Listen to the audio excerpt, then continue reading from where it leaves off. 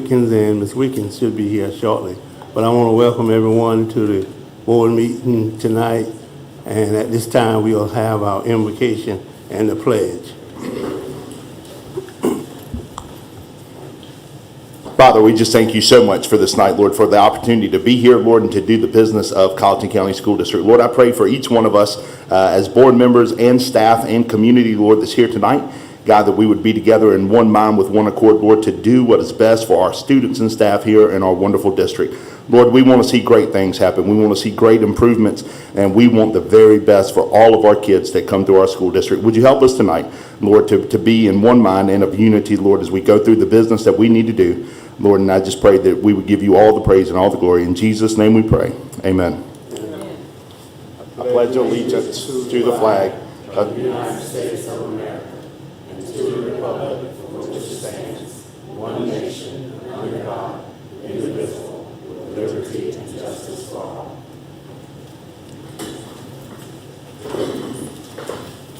Thank you. At this time, I'd entertain a motion to approve the agenda. I make a motion that we approve the agenda as presented. Do I hear a second?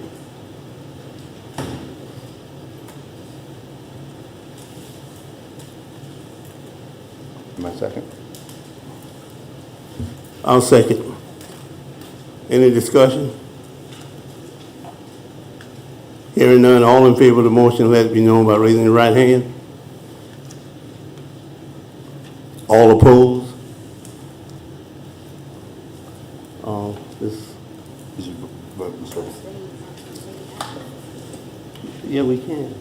It was cleared by the attorney. So you know, yeah.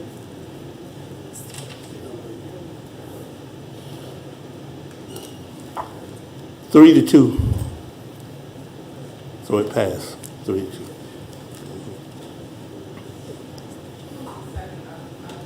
I second. Oh, Miss Stroll.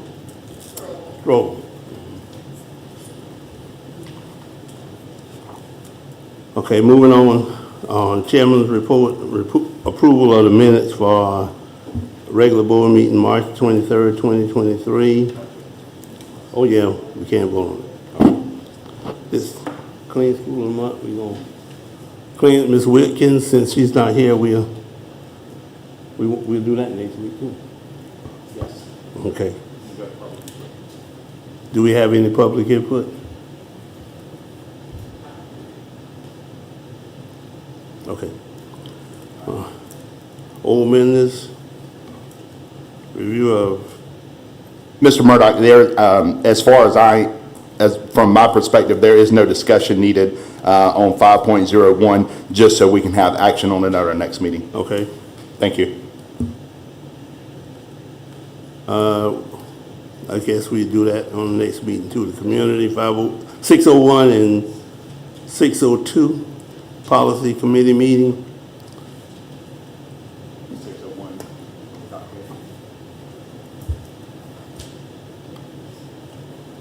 We can't vote. Or we can take it. It's just for discussion, is what it's listed as. Oh. There is no. Oh.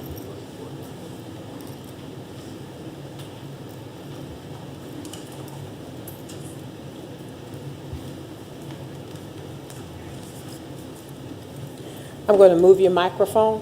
All right.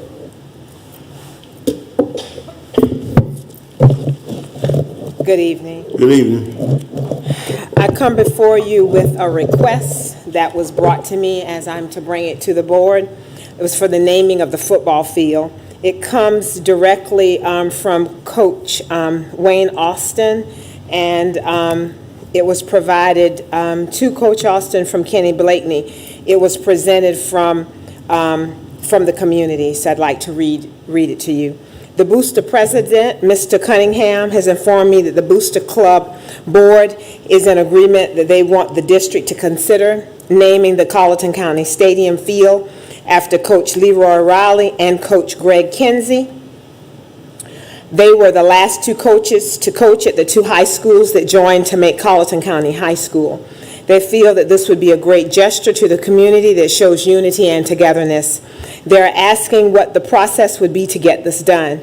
I told Mr. Cunningham, the Booster Board President, that I would relay the information to you both to get clarity and to get back with them. From my research, the policy procedure FF, naming of facilities. This is done by the school board. Do they need to bring this to the school board, or do we? So he approached me. I brought it to you as requested, and the policy dictates what happens from here. Thank All you, right? Dr. Cave. You're quite Thank you. welcome.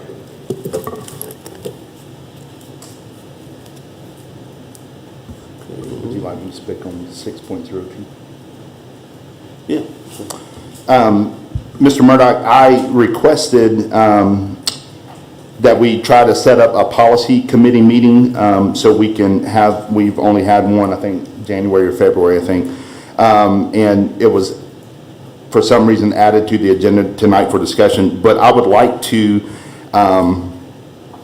instead of us having a policy committee meeting, I think we should have a board work session for policy so we can address some things like the uniform policy, like the cell phone policy before we go into the new year and just get the full board's input on those. Those are things that are already in place. We just heard during our progressive discipline work session that the principals had some obstacles in implementing those things. So I think as a board, we need to come together and decide, are these policies that we're going to continue with? Are they things that we want to carry into next year? And if so, how do we give them teeth so we can make sure that they are appropriately enforced? With the dress code policy, I'm sort of torn between, is it something that we not implementing so far as at the schools, they having to do what they supposed to do? Correct. So far as the children wearing and doing what they're supposed to? Correct. I think we heard at our last progressive discipline plan meeting, Mr. Murdock, that the individual schools were not being successful for whatever reason in enforcing that one and the cell phone policy, which is why I think as a board we need to come together and say, we have these policies in place. Do we want to continue with these policies? Do we want to modify these policies? It's my opinion, if we're going to have a policy, then it needs to be enforced and it needs to have teeth, and we need not to enforce it for 2 weeks and then let it go the rest of the year. So I just think as a board, we need to come together going into the new year and to decide what policies we would like to keep in place, what policies we need to modify, and what policies we maybe need to restructure to give them more teeth to it so our principals can enforce it better. So if we're gonna have a work session, that would be, there's no use in having one before school is out, so we can get together with that maybe later on in June. Well, I would disagree, Mr. Murdock, just from the simple fact that we have so much going on. If we can just go ahead, if we're going to have to revise these policies, I know public input at that progressive policy, there were several people from the public who said, do away with the dress code. Don't have a dress code. Then some people said, let's just have a uniform policy. And some people said, let them wear whatever they want. So I think just because of the variance in opinions on those policies, I think we probably would be prudent to go ahead and get started on them sooner rather than later. It's just my opinion. Well, that'll be up to the board to decide that. We're not gonna vote on that tonight, but. Correct. Yes, sir. I just wanted to offer that as a suggestion. We can decide that at the next meeting. Correct. Okay. 7.01, do we have any discussion on that? Mr. Jewell? Call on Dr. Cage. Dr. Cage, we have meeting from you.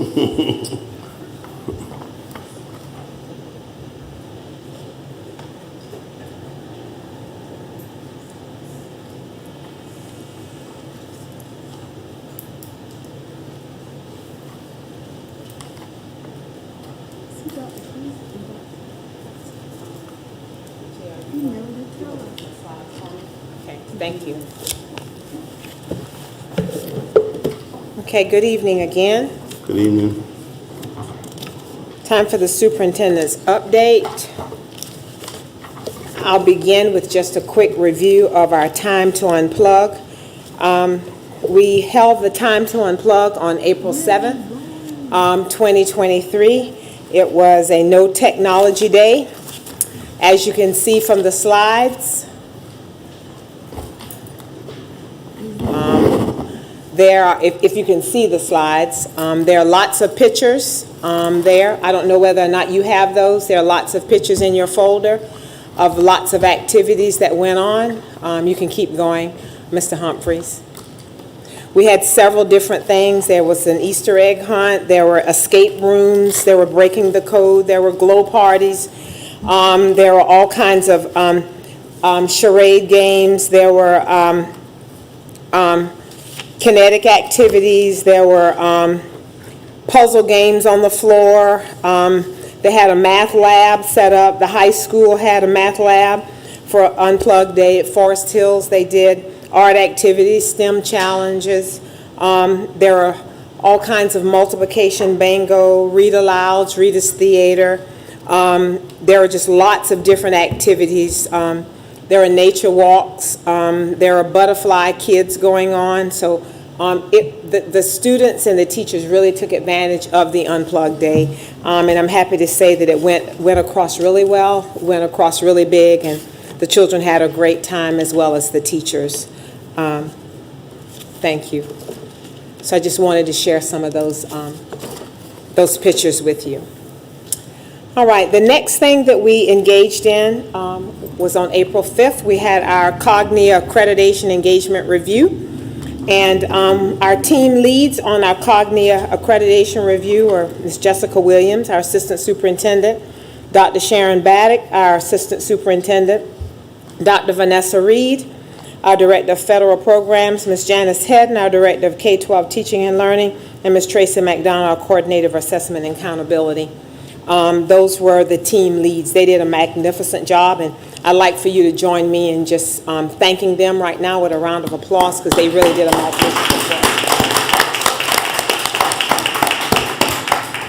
The panel on that day consisted of Lauren Behe, Maurice Cannon, Wiltsey Hamilton, Janice Hedden, Tracy McDonald, myself, Patricia Simmons, Sharon Whitkin, Sharon Baddock, Michael Kitt, Jessica Williams, Vanessa Reed, and Ramona Barrett. We gathered together on April 5th for probably a 2.5-hour session with the Cognia team as they asked a series of questions, and I made a presentation. Next, you'll see what our current strategic priorities are for our accreditation review. So I will tell you a little bit about the process that we went through. It was a long process. It was an intensive process, and it was a process that was led by this team, and our principals had to do, we had to do some surveys. We also had to do some data digging, and they had to fill out lots of information into a database and provide that information to the team. The team had to analyze that information and to come up with a summary that we could present to the Cognia team and put it in a platform for them to review, as well as do the surveys and take that information to gather some data from that information. We also did lots of classroom walkthroughs through the Elliott tool to see where our engagement was in terms of our learners. But based upon that, we had to determine what our strategic priorities and goals are. So for academic achievement in reading and math, we provided some definite information there. And our present levels are 25% of our students in grades K through 8 are on grade level. Only 15% of those students in K through 5 are on grade level in math. End of course, we had Algebra 1 has the lowest percentage of students scoring C or better, and then our performance gaps with students and disabilities. So we are very transparent about where we are with our data. So we needed to focus on what our priorities are going to be. So we provided some strategies that we're going to work on there for our strategic priorities and our goals. I'm not going to read all those specifically, but those are our strategies. We're going to focus on math strategies at all levels, and we're going to do some hands-on. We're going to work on an inclusion model and content specialists and expand iReady in the high school area, secondary. Then we move to our second strategic priority, and that's our multi-tiered system of supports, which is MTSS.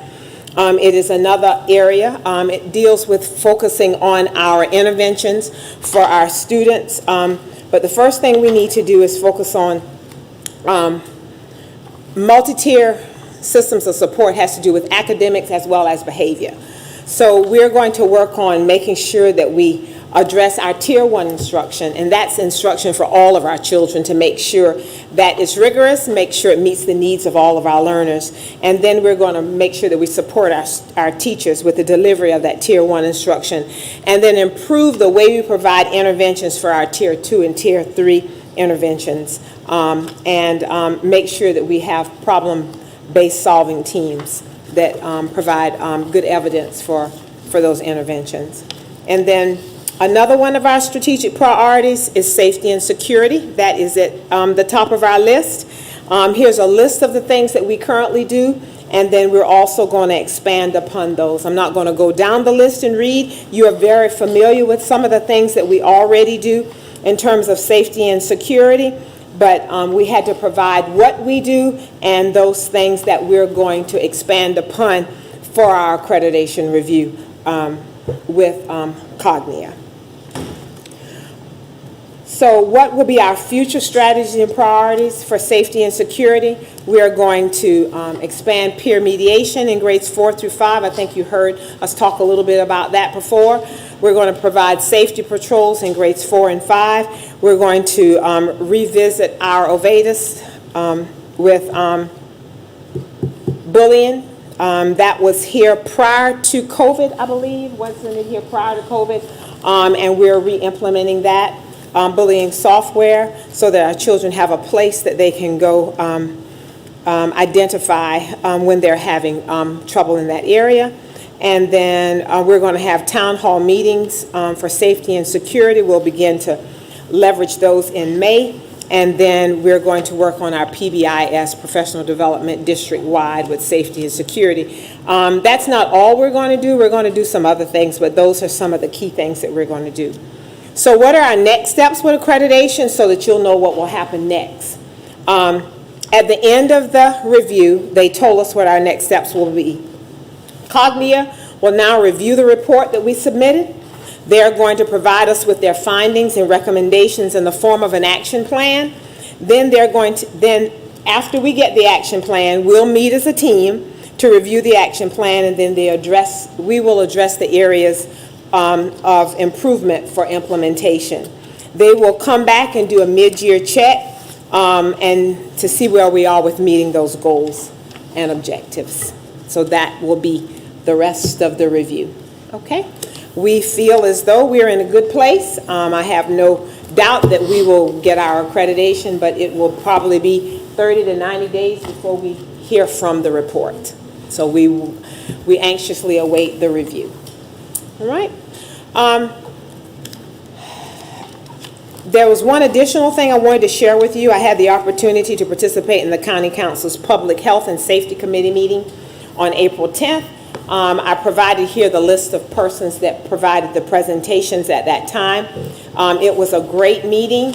Not as much attendance as that any of us, I think, would have liked, but it was very enlightening to see what all of the departments are doing district-wide for county-wide for safety and security. I learned a lot from all of the entities, and we all felt as though we were moving in the right direction to come together in terms of being able to support each other and work on some of the same goals. It was very enlightening there, but I was happy to be a part and represent the district and talk about some of the things that we were doing and hear from them in terms of some of the things that we were doing. What was very, very evident was that their goals and our goals are the same. Their problems and our problems are the same. So that was very, very evident at that time. Okay. We can keep going. Okay, so next we have our facility plan. I think you have that spread. Do they have everything? Okay. We're going to talk about our facility study. As I said, it was due back for us on April 14th. We did receive that. We sent it to you on April 17th. There is one update, and you have the updated version tonight with the sketches. Everything else was the same, but you do have an updated sketch. This is the Tonight, updated? yes, Okay. that is correct. Board Member Whitkin, yes. Thank you. I want to talk a little bit about it first before we get started. As you know, our team worked very diligently to come up with what we thought was a viable solution for solving some of the issues that we have in the school district. We've heard from our community that the middle school is too large. We've heard from our community the behavior, and I live and breathe it every single day, that the behavior is an issue at the middle school. I've heard from our teachers that they want the elementary, they'd love for the sixth graders to stay at the elementary school. Some, and some don't want it. There are varied opinions about that. Research tells us that, our elementary children sometimes are not ready to engage into the middle school at that age when they're in fifth grade, to move into a large environment. I will provide some additional data for you that provides evidence for that before the next board meeting. I want to put together some research for you for that. One of the reasons that we wanted to be able to do this is because we put in our ESSA plan a certain amount of money to be able to offer a sixth grade academy. That did not go through. So we went back to the drawing board to give you another option for you to consider. And that option, of course, is for us to address some additional things. And one is making the middle school smaller. And with that option, it's taking the 7th and 8th grade and leaving it there and putting it into a smaller environment and make it into a pod setting. And then having our elementary schools move to be, have the 6th grade. In our rural communities, Cottageville, Hendersonville, and Bells, those schools would retain their 6th grade children, and those children would stay there. Our early learning center would then turn into our alternative center, which we desperately need, because right now, as you know, our alternative center here at the district office can only house about 40 students. And then we have no place for our elementary children to go at all. You heard at our discipline meeting, we really do need some place for our elementary children to go. We also need a larger alternative learning. I want you to remember this: alternative learning is not just about discipline. Alternative learning is about alternative education for children. It's about an overage setting. It's about alternative services for children who cannot handle the regular environment, who need a smaller setting, who have a little, maybe they can't handle being in a class with 25 children. They need to be in a class with 5 children, and they need to have that alternative learning environment in a smaller setting. So it's just not about behavior, it's about academic alternative learning as well. And with the opportunity to make some adjustments, we can increase the academic performance for our children if we try to provide that personalized learning setting for them in another environment. Okay, in another environment. So I want you to think about that as you hear some of the presentations that you're going to hear in a few moments. And then the plan also calls for the Early Learning Center to then relocate and for us to make some adjustments to Forest Hills and to Northside, where one of those schools, Northside Elementary, then becomes the pre-K through 2 school, and Forest Hills then becomes the 3 through 6 school. Okay? And then the alternative center will then move over to Black Street, And we would have the secondary on one side of the building and the early intervention, which would be the elementary, on the other side of the building. Okay, so I wanted you just to refresh your memory on what our plans were. All right, tonight, joining us is Eric, where is he? Yes, from LSP3, and we're excited that he is here. And he is going to go through everything with you. I'm old school, so I'm using boards, and I don't know what's coming up on the screen, so. I have the cost estimate plan. Okay, well, Okay. I've got hard copies too. All right, and they have everything that you sent us. So they have this, they have the outline. We can figure out. All right, I have another set of copies of condensed version of the.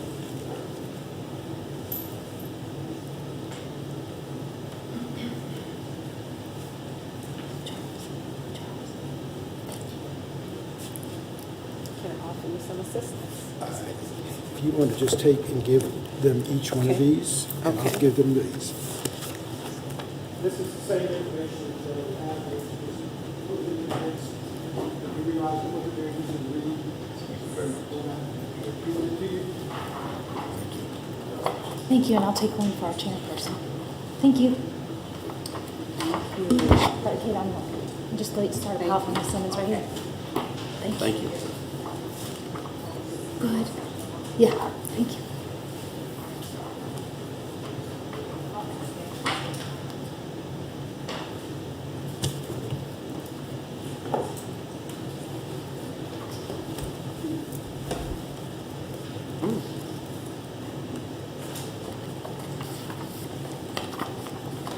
So good evening. I'm Good evening. Eric Eifert with LS3P. We're very pleased to be here and see you all again. Pardon me, Eric, do you mind, Eric, do you mind using the microphone that's at the podium just Okay. because of the live feed, and that way Okay. everyone can hear? All right. Thank you. All right.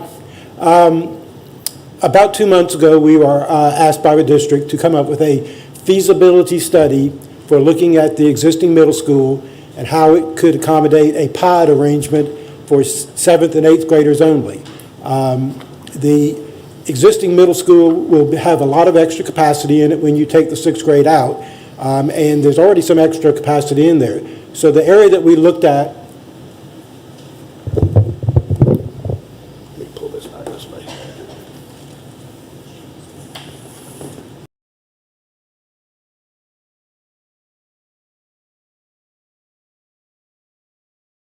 Is the classroom area of the middle school. 2 floors of about 50,000 square feet each for about 100,000 square feet of area. The areas we were not going to look at were the common areas, the gym, the music wing, the media center, and the administration, and also the existing 6th grade wing, which is at the very far end of the building. Even when we went into that plan, though,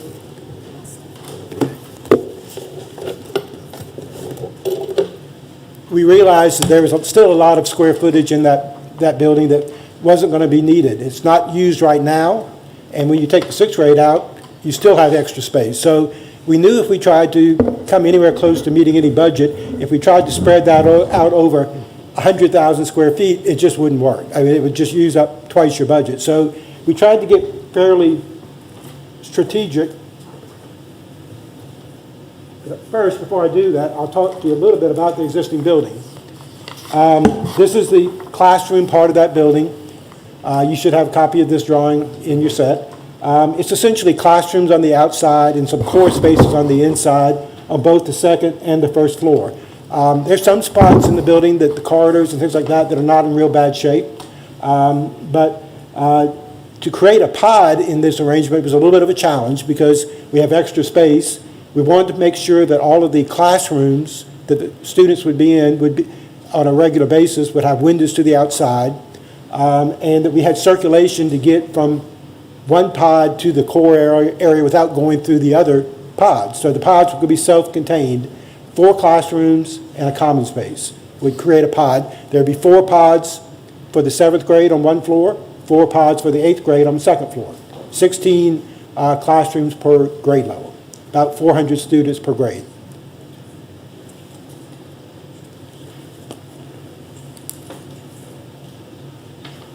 This is the second floor, as you can see, is very similar to the first floor.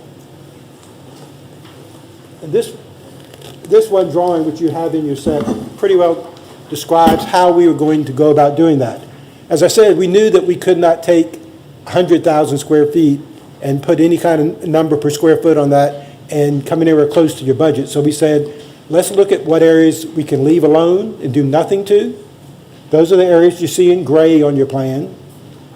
Let's look at the areas that we can do minimal work in, which is paint, flooring, and those are the areas that are orange, and they are existing classrooms. And then there are areas which are purple on your plan. Those are areas we're doing some little bit more intermediate level of work where we're putting in some new doors, floors, and finishes. And then the areas in green, which is the smallest area, is the area we're doing major work. So with that approach, we ended up with a pod here, a pod there, a pod here, and a pod there on each floor. The gray areas are just corridors and extra classrooms and spaces that are outside of the pod that aren't truly needed at this point in time. And then the green area becomes the learning commons in the very middle of the building, which is another term for a media center. By doing that, we're able to spread the dollars around and come up with what we think is a workable pod arrangement, 4 pods per grade, 1 on each floor, and then a media center commons area right in the very center, which you actually walk through to get from one end of the building to the other. Some of the pods you can get down a stairway and go directly to the more common areas without having to go through the media center. But those at the far end will just walk through this learning commons to get to the far end of the building. Along the same line, so that's the basic concept of how we're proposing to lay out the pods. Like I said, we're using as much of the existing building as we possibly can. The orange areas are just classrooms that we're just painting and putting new flooring in, and then doing a little bit more work in the green and purple areas. Along the same time, at the same time, we also had our engineers go and look at the systems in the building. The building is about 40 years old, I believe, and some of the equipment in there is still 40 years old, believe it or not. It's still working. But they wrote a report, which you have here as well, which talked about the heating and air conditioning, the lighting, the mechanical systems, and they made a number of recommendations that would need to be incorporated if you go about renovating this building. A lot of these are recommendations, but there may be things that you really want to seriously consider. For example, the heating and air conditioning units are up above the ceiling on both floors outside the classroom. There's one that serves the classroom, it's in the corridor, has ductwork that goes into the classroom. Those are about 20 years old, and those air conditioning units have a life expectancy of about 20 years old. They're still working now. They could die next week, they could die in 10 years. It's hard to tell, but they recommend that you consider replacing those in the areas that we're doing work. Another major issue was lighting. They recommend that we improve the lighting in the classrooms by putting more energy efficient lighting in there. You've got fluorescent lights, and we try to put LED lights in new spaces to save money.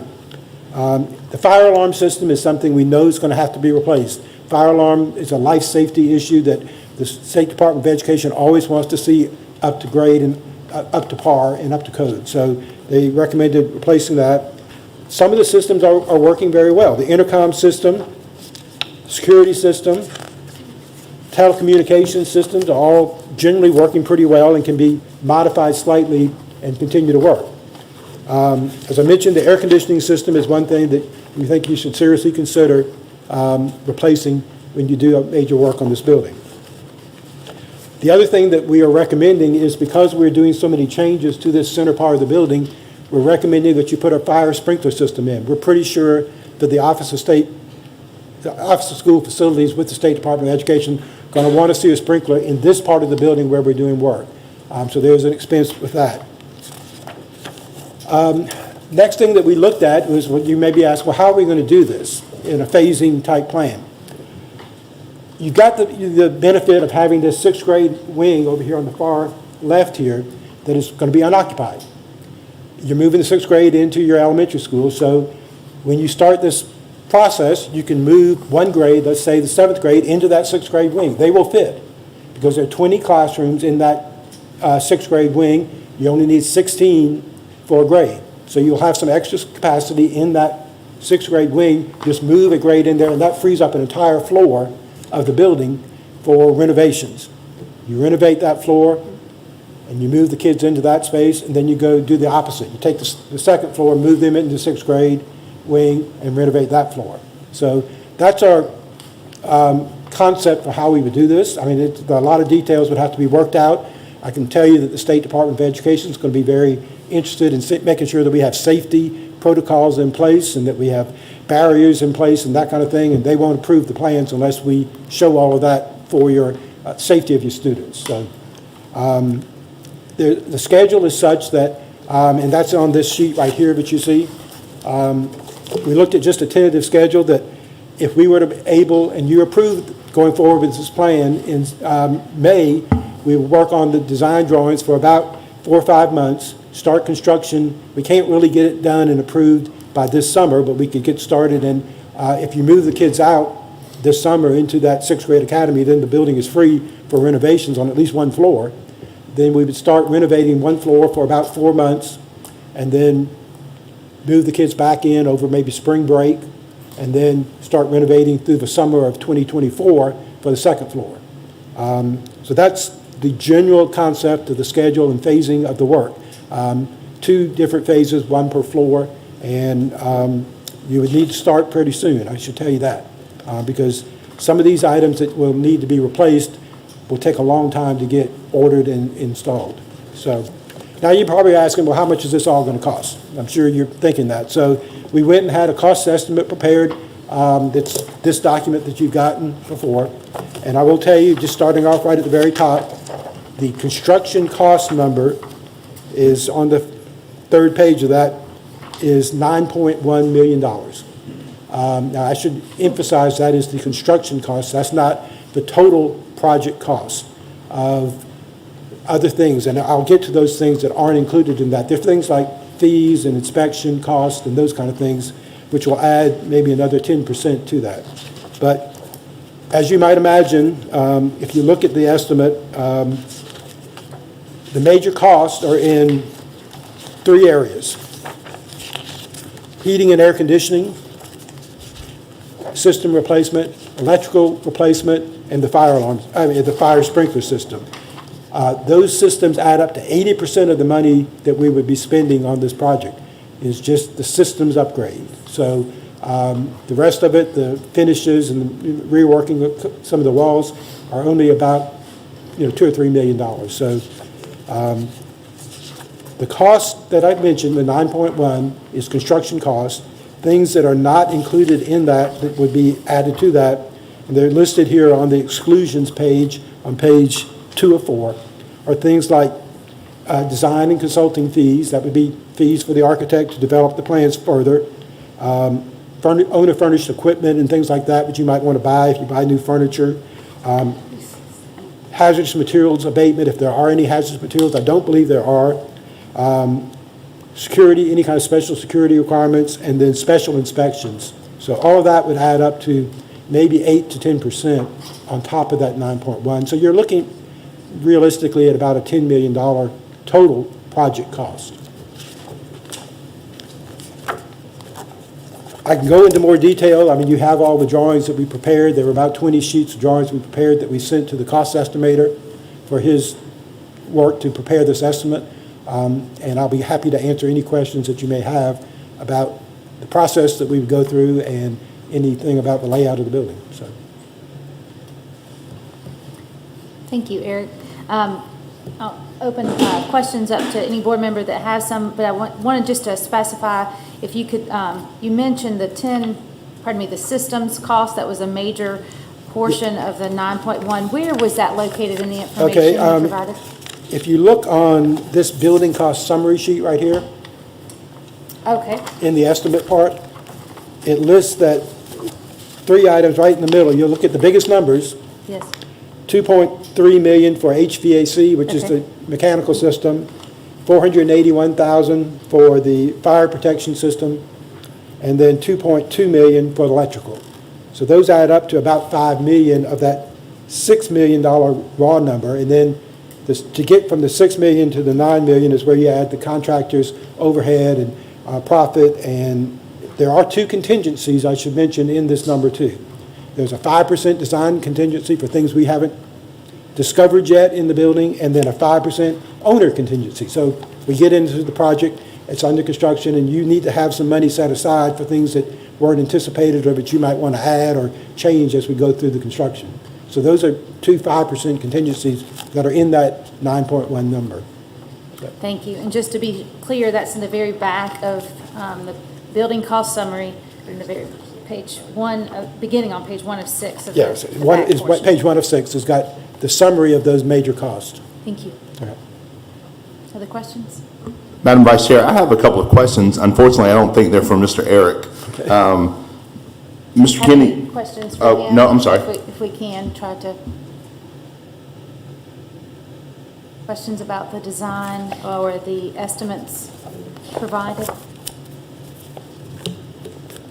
Anything from the page, the level 3 costs, as we go through those pages that you need to hit on before we move on? No, those are just the detail of the summary page that's on that one page.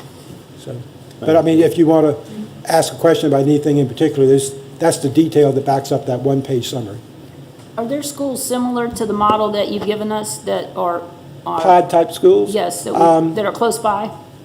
We developed one, a middle school, which coincidentally was going to be 6, 7, and 8 for Charleston County School District that had, it was going to be 6, 7, and 8, but they only put 7 and 8 in there for some reason, and they kept 6 in another building. It was developed to a pod arrangement for all of the 6th grade on one floor and all the 7th grade on one floor and the 8th grade on another floor. It's C.E. Williams.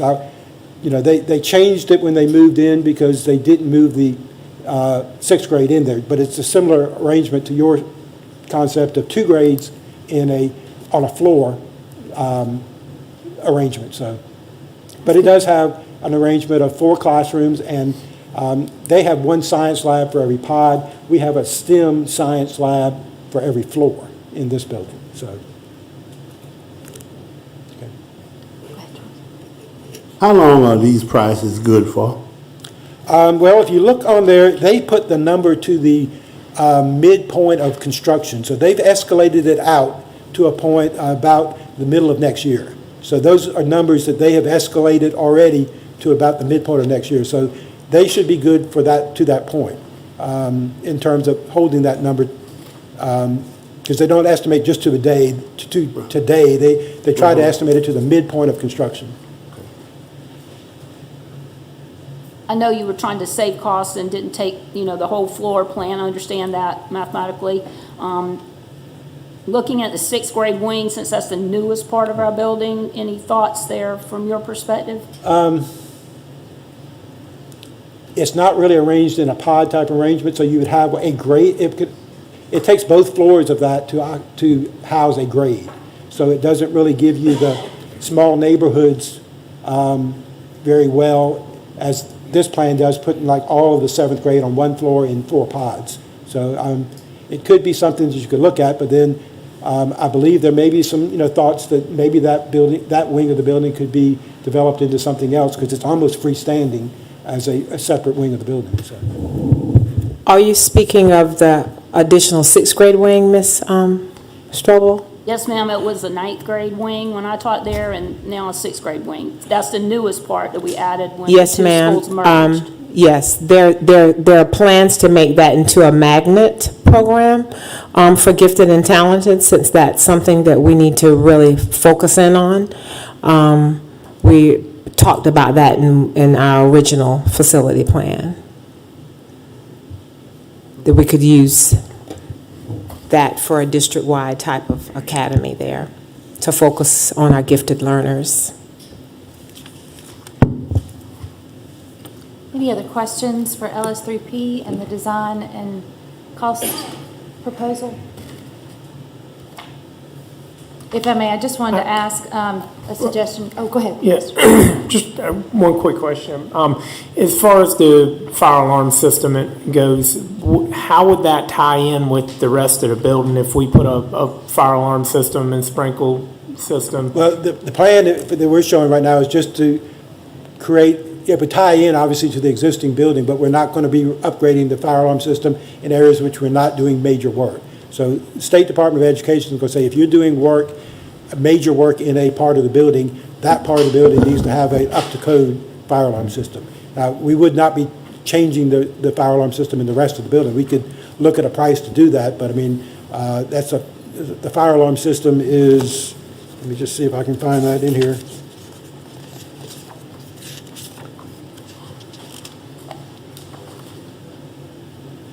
It's about almost $8 a square foot. And the overall building is probably about 200,000 square feet. So, I mean, that would be 1.6 million to do it throughout the entire building. But I think we would have to phase the fire alarm because we have to keep it operational while the students are there and while the building's being renovated. So it would be a phase type thing, but we'd probably keep the existing system there and then put the new one in and then make the disconnect between the two when they're finished. So. Okay, thank you. Did I hear you correctly? You said the intercom system was in good shape? Yeah, the intercom system was relatively new, according to our review, and recently installed. And so it's probably going to be able to be reused. Thank you. That can save us on our budget. Yeah. Mr. Eric, do you know the details of the $15,000 set aside for the plumbing? Yeah, in some of these commons areas that we're creating, we are creating some new sink cabinets, you know, in a commons room. We are not redoing the restrooms in the building because they are outside the pod, and we just didn't want to get into redoing the restrooms. So we're not doing any improvements to the restrooms that are existing? That's correct. I mean, they have been recently renovated. They have got some new finishes in there and new fixtures and new counters and things like that. I mean, if there's some minor work that we go in there and see that maybe the toilet partitions need to be replaced or something like that, we could probably look at that. But the layout of the restrooms is sufficient for the number of fixtures you need, and they have been, relatively speaking, relatively new renovations.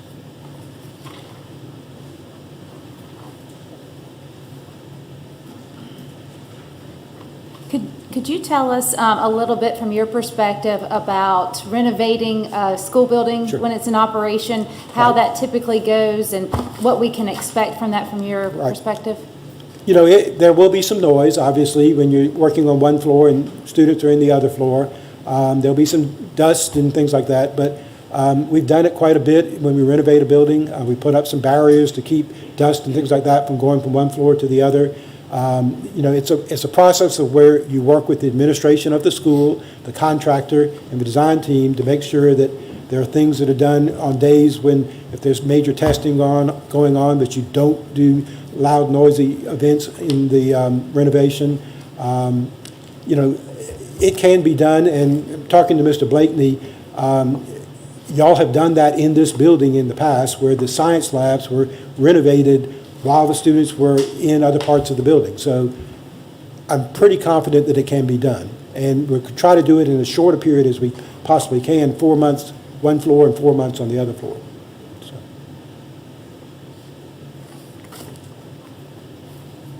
Board members, any other questions for LS3P and their proposal?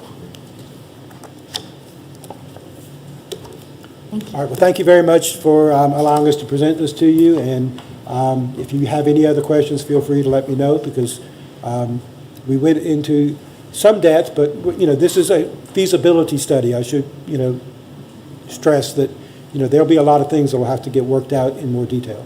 So, thank you. One further question. I know we look at our utilities for that building is our second highest, you know, next to the high school.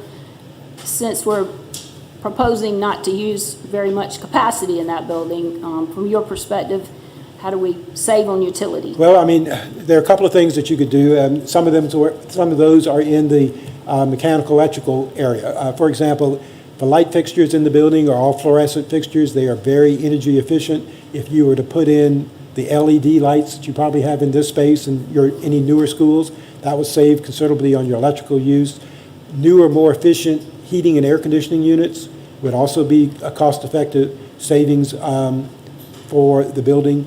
We're not changing the envelope of the building, making it any more energy efficient, but those major systems of heating and air conditioning and lighting are some of the major users of electricity and energy in the building. And if we can upgrade those and make them more energy efficient, then that will help. I guess what I'm looking at, if I'm looking at this model correct, there'll be some classrooms right next to some classrooms that aren't even being utilized. That's correct. That's correct. So you could, put thermostat on those down to, to whatever you want to, because I don't think that you need to occupy those. And so we're not going to upgrade the heating and air conditioning in those, so you just keep the existing one there, and you don't want to turn it off altogether. I mean, that's not a good plan, because then mold and mildew starts to grow. So you just would minimally ventilate those spaces that are not being used. I just want to go on record for saying that's a 4A high school that we're turning into a school for 800 students. So that's why I'm raising that concern, and you raise the mold and other things. So not keeping it climate control Yes. in those places, maybe there's somebody more experienced than I. I've just lived in that building a long time. No, we would not turn them off altogether. I mean, but, there would be ventilation at least going in those spaces that are not occupied by the students or staff, so. Thank you very much. If we have additional questions for you, can board members work through Mr. Blakeney Sure. to get those to you? Madam Vice Chair, can I ask one more before we let Ms. Eric go? I want to ask a hypothetical situation, okay? I don't want to talk anything about construction and the pods and all of that. I just want to ask, if this board says that building needs some attention, needs some TLC, and we decide to move forward with the major HVAC, the electrical, those kind of things, what does that do to the construction process and the timeline? Can you answer that, or is that too difficult a hypothetical? Well, you're saying not do the pod arrangement? Correct. Well, Or would you guys not do that because then it wouldn't be construction? no, I mean, if you're, we haven't, also have an indefinite delivery contract with you. So if you decide that you want to do nothing but upgrades to electrical and lighting, that would be something we would get an engineer who works with us to provide that as a service for you. So if you decide you don't want to do the major reorganization, but you do want to upgrade the building, that's something that, we would be happy to help you with. But that would be, in order for you to give me a time and disruption estimate, then we would need to look at that separately. I think so, yes. Okay, Yeah. thank you. All right. Thank you very much. Thank you. Dr. Cave, do you have any additional facility report? Or do you have some questions? I'll start with.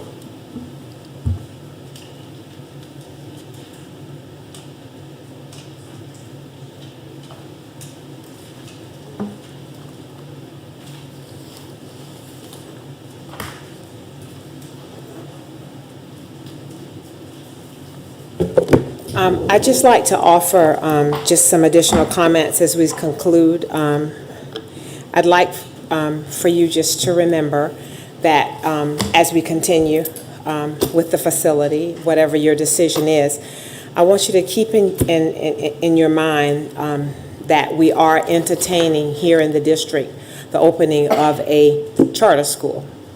The impact that it's going to have on the current population of our students, and the impact that it's going to have on the current teaching staff here, and what our current teachers, some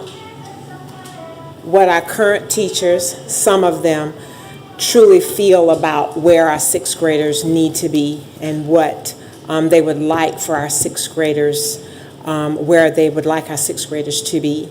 I looked at the charter school application today myself. I went online to look to see whether it was approved, and it is approved. The approval that's out there is for about 1,000 students, based upon what's on the State Department website. And that causes me to pause, because removing 1,000 students from our school is going to have a grave impact not only on this school district, It's going to have a grave impact on our teaching staff. It's going to have a grave impact on academics, on behavior. It's going to have a grave impact on a lot. So I want you just to remember that piece as you continue to make your decisions as we move forward. Okay. Dr. Cave, can I ask you a couple of questions? The first one is, in the drawings from LS3P, is there any thought of, it looks like there's going to be a lot of empty classrooms. Has there been any thought as to, Mr. Eric said we shouldn't occupy those. Has there been any thought from the district of what we will do with that? Or if not, it becomes wasted space. We have not decided what we can do with a lot of the empty space. We can offer different programming as we continue to think about additional things that we can do. Pods, it just depends upon how we want to be able to do the other portion of the building in terms of the related art services. It could be that we could bring the related art services closer to where the children are to keep down on the movement in the building. So those are additional options that you could do as well. Okay. Like you could bring music closer. Sure. You could bring PE closer, You could bring some of those related art services closer to where the children are. Sure. And could you just confirm for me, we are currently in the middle school doing a pod method, right? Yeah, we do a simulated pod. Okay. Pod method. I heard Mr. Eric say this is all contingent on the sixth grade academy being empty, which means this is all contingent on us moving forward with moving the sixth graders to the elementary schools. Just a question that I've been thinking about, because I was a band kid my entire time from sixth grade all the way through, and band afforded me a lot of wonderful opportunities in my life. How will our sixth grade kids, our beginner band kids, how will they receive band at all of these individual elementary schools? You could still have band that way. We would just have to offer the travel for the band instructors to be able to do that. We'd have to do a compilation of services where we would have to cluster where that band person would serve. Wouldn't that dictate that we would have to hire more band teachers? Not really. No? No, sir. Okay. So the teacher would then go to the schools? Yes. Okay. The teacher could go to the school. Just like itinerant staff. We have itinerant staff that offers, just like our gifted and talented teacher provides itinerant services, they go to the school. Okay. Yes. Dr. Cave, would you expand a little bit more on what you feel the impact will be as our instructional leader if that charter school were to come forth Impact like? with 1,000 students and possible staff? I'm thinking of maybe Jasper with Polaris coming there. Maybe you have some insight on how that would impact our district and, how Well, you want us to think about that. it's going to impact funding. We did a little preliminary calculation today. It's probably going to impact our budget probably a little over $2 million. That's just preliminary calculation. I'm sure it's going to take additional because that's only taking general fund. That's calculating at about maybe 800 children. Didn't calculate it at 1,000 children, which is approved for. It could impact teaching staff because I'm sure that our teachers will be applying for that facility as well. It could also impact whether or not we offer transportation for them because they do have the option of being able to ask us for transportation at a paid service. So those are some of the things that it could impact as well. So it's a state-sponsored charter school that's being proposed? It's Libertas, which is funded by, on the website, it says Erskine funded. So, and it's Libertas Academy, which is kind of like a public-private charter. Dr. Cave, can you, I don't know if you can just tell me or if you can maybe send me the link or whatever, can you point me in the direction of where you found that information online about the charter school? Sure. It's just, you just go to, but I can send it to you. Thank you. Yes, the I would appreciate it. application and everything is public knowledge. I did not know that they were that far along in the process that information was public. I would appreciate that. Yeah, it's public information now. Do we have an estimate on when they're going to open? No. We do not. I don't Okay. have that information. Okay, and you said But you 1,000. can call, you can email, it tells you who you can email to find out that information. Okay, and you It tells said- where the applications are, it tells what the application process is, it tells you all of that information. And you said it was about 1,000 students. Is that K through 12? I'm assuming not with a charter school. I think the application said it was K-8, K through 8, okay, Yes. thank you. but there are 2 applications that are out there for charter schools for this county.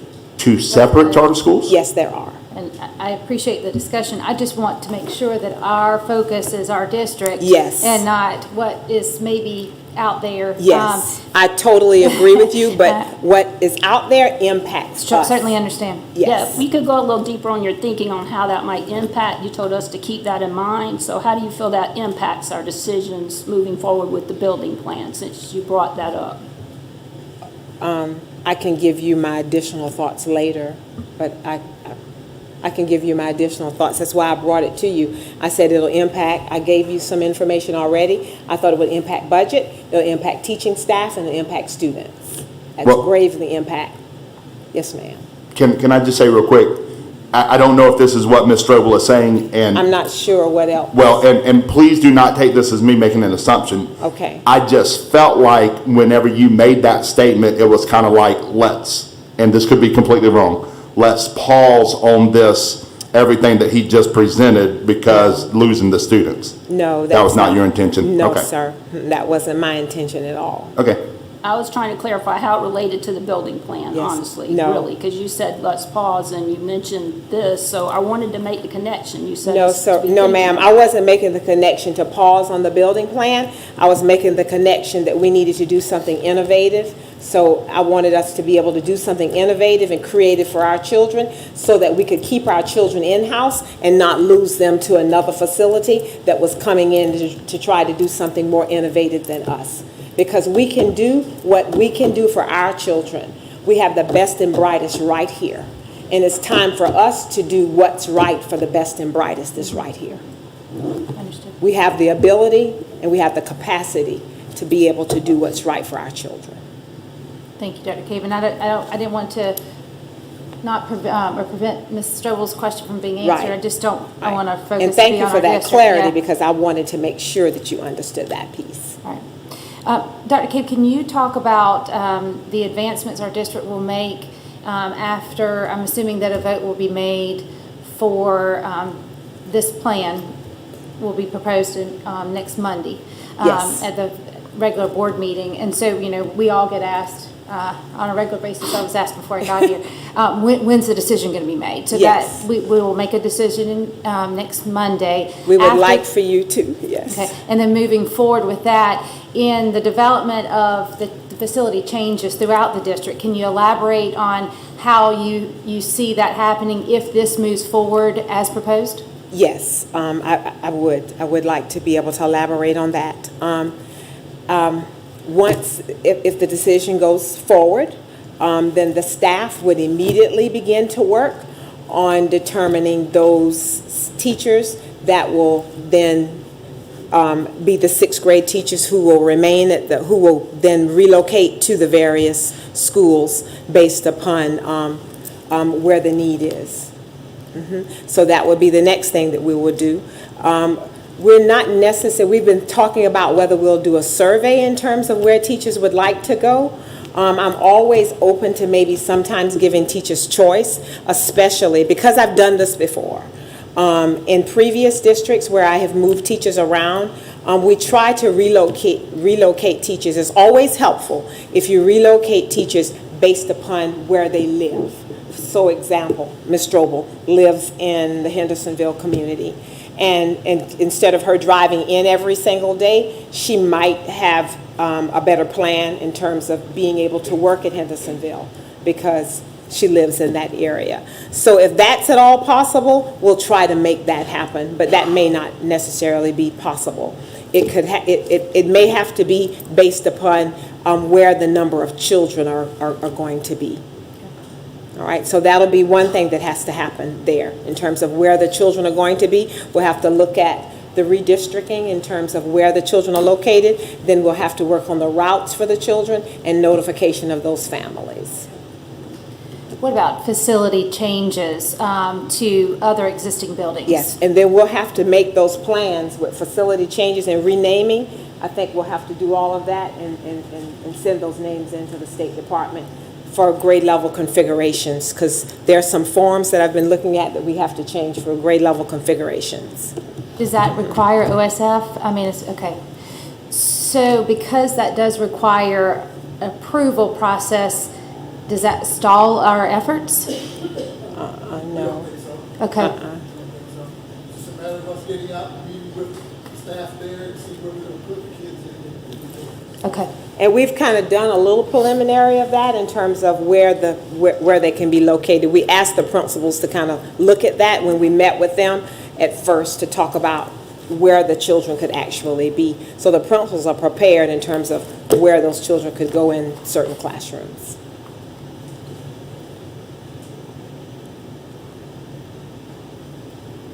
I don't have any more questions for Dr. Cave, but I would like to ask Mr. Blakeney one concerning the building, if we can.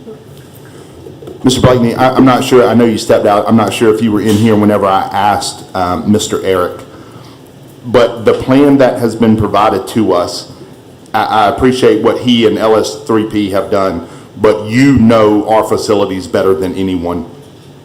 Eliminating, I'm just asking a hypothetical, eliminating the construction part of the pod process.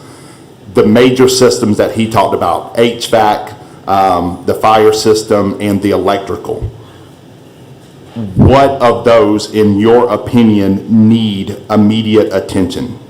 The HVAC, because the HVAC system is a water source heat pump, and you have these old units that sits above the ceiling, as you said, that disperses lines out to the classrooms. If we were able to do it, we need to upgrade those systems first to take a little bit of pressure off of the existing cooling towers and everything on the outside of the building. Okay. Do you think the electrical part is an immediate need? If we want to conserve energy like we have been trying to do, it does, because as he said, we change the lighting out to LED, we get more efficient HVAC systems. There's always money savings. And then we have a new automated logic system in the building as it is, and we can control different areas of the building easier by making some of those changes. One last question. He said we would have to leave the climate system in place for the unoccupied classrooms. Yes, we would. If we're going to rip out the existing system and upgrade it, how is that going to affect what is there to continue to control those classrooms that'll be unoccupied? We will just have different settings and different times that the system runs. But is that not being controlled by the system that we're about to rip out? We're not ripping the system out. The automated logic system, the computer system that controls it, we're not ripping that system out. No, I'm talking about the actual units and stuff. No. We won't be replacing the actual units. We'll get the units out, but the new units will be connected to the automated logic system that we have. Okay. That makes sense. So the new units will feed the unoccupied rooms as well as the new construction. That is correct. Thank you. Other questions for Mr. Blakeney? I wanted to address for me a little bit the elephant in my room, and that is the area not in scope, which is a greater part of the building. And I thought that Eric's explanation of what the architects decided to do on the focus on those renovations makes sense to benefit the district. However, there's a large part of our building that is not being touched. Okay. And my question for you is, I better understand, some of the benefits academically for our students in the pod system, Right. and how these changes are going to benefit them.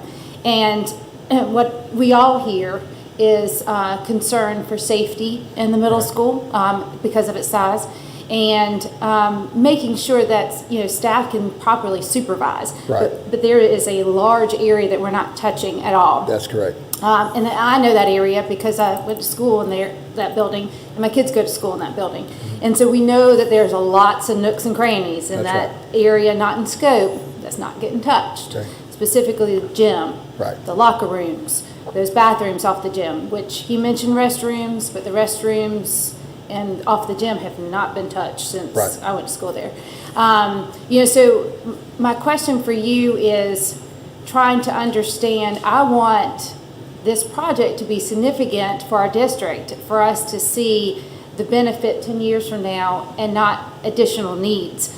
But when area not in scope is so large, my concern is that we'll be putting a lot of money and investment into this building, but there's still going to be a lot. Can you talk to us about all those things I just mentioned and the concern or what may soon come for that area not in scope? What can we expect? And All I can tell you is we don't have a comprehensive plan on that yet, simply because we don't have an up or down on it. Once that decision is made to go up or down, then we'll have to address those issues as far as meeting with the staff and the faculty and figuring out how we're going to control those areas that are not going to be used, how we're going to lock areas down, how we're going to do things, and how we're going to move, even how we're going to move the kids around in those areas. Yeah. You know, if you still have 7th and 8th graders in there, you still got to go to chorus, you still got to go to band, you still got to go to the PE room. So it's going to be a controlled situation. But once we make the decision, then we'll have to have those kind of meetings to figure out, just like we'll have to do before we start construction. You have to have those coordination meetings as to how things are going to work and when you're going to do it and how you're going to do it. And we'd like to say, when we renovated that building before with the kids in the building, I mean, we had a plan. I mean, the general contractor had a plan every week letting us know he's going to be working in this area, he's going to be doing this, how's it going to affect our instruction? So we will have to come up with a comprehensive plan, and we'll be more than happy to share that with you once we get to that point. I appreciate your thoughts. One thing is too, and that, knowing that gym and those risers, those are outdated. Yeah. So when we're talking about spending $10 million, but we're not able to update the facilities the way they're being used, is a concern moving forward. So I want to do what's best for our district, but I also need to look at the big picture. Right. And I appreciate knowing that you are. And I also want to say that I also would appreciate any feedback. We've got a lot of big decisions to make, and Sure. I'm grateful we've got a week to think about it. Mr. Blakeney, I have one more. A couple of years ago, 2 or 3 years ago, whenever we knocked out the walls in the 6th grade academy to do the, Yes. We'll have to, who did that? we did it in-house. We did it in-house. Yes.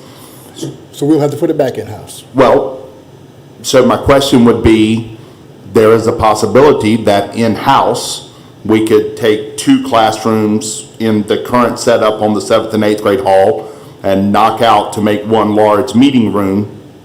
Yes, that would be a possibility? It could be a possibility. Okay. That'll be something for the architects to look at. But that would be something that we could do in-house. Some of it we can. If I said, we're going to take 8 classrooms throughout the structure that's currently upstairs, downstairs, and we're going to knock out a middle wall and make one large room from 2 classrooms, and we're going to do that 4 times. How quickly could we do that in-house? Could we do that before the start of school? No, We could not? no. Could we do it by December? There's a possibility. Okay. We've got other projects that we've got Sure. online. No, I'm with you. That I've already got scheduled. Right. And we're trying to get those projects complete before the summer starts, so we I can got get you. working on some of these other ones. Thank you, Mr. Blakeney. Following that train of thought, because I know you helped make that happen at the high school with New Tech, did we not do any of that at the middle school where we Yes, had that's what larger he classrooms was talking already? about. We've done some of that. So we don't have that now. Right. We don't? On the 2nd floor at the 6th grade academy, we've taken the center walls out. We do have some large space still. Yes, we have some large space, Okay. yes. But that's only in the 6th grade academy. Only in the 6th grade academy. We didn't put walls back up, Mr. Blakeney? Not yet. Okay.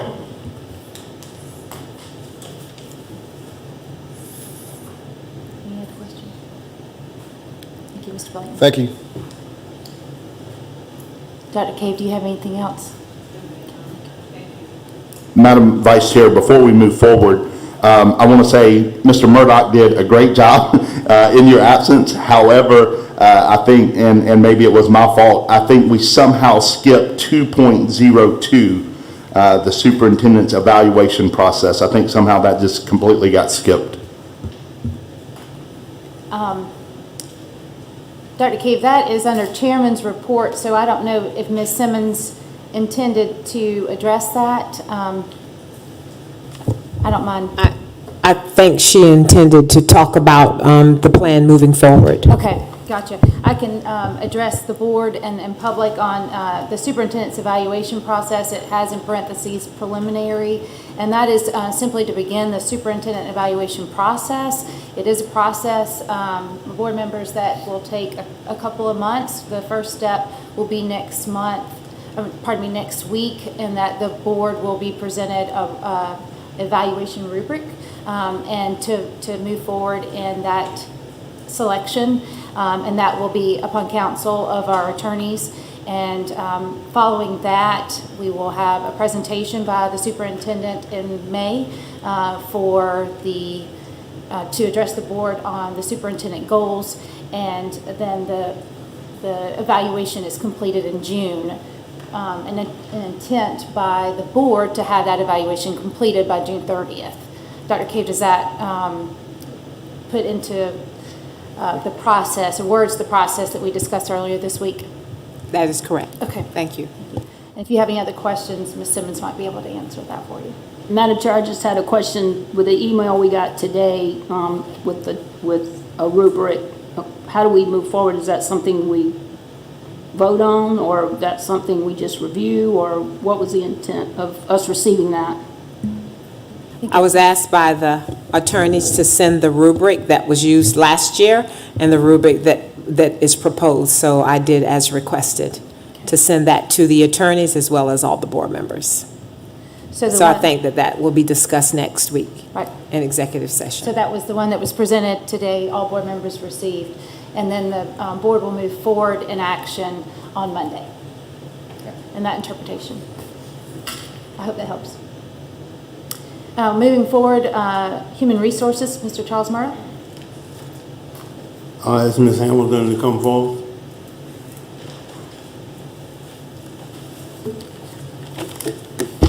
Good evening. Good evening. I do have some additions to my report. Just want to have a point of emphasis that contracts were sent to certified staff and administrative staff yesterday. And of course, in accordance with state law, contracts are due back no later than May 10th. Classified agreements, retiree agreements, and LOAs will be sent out to those subgroups at a later date.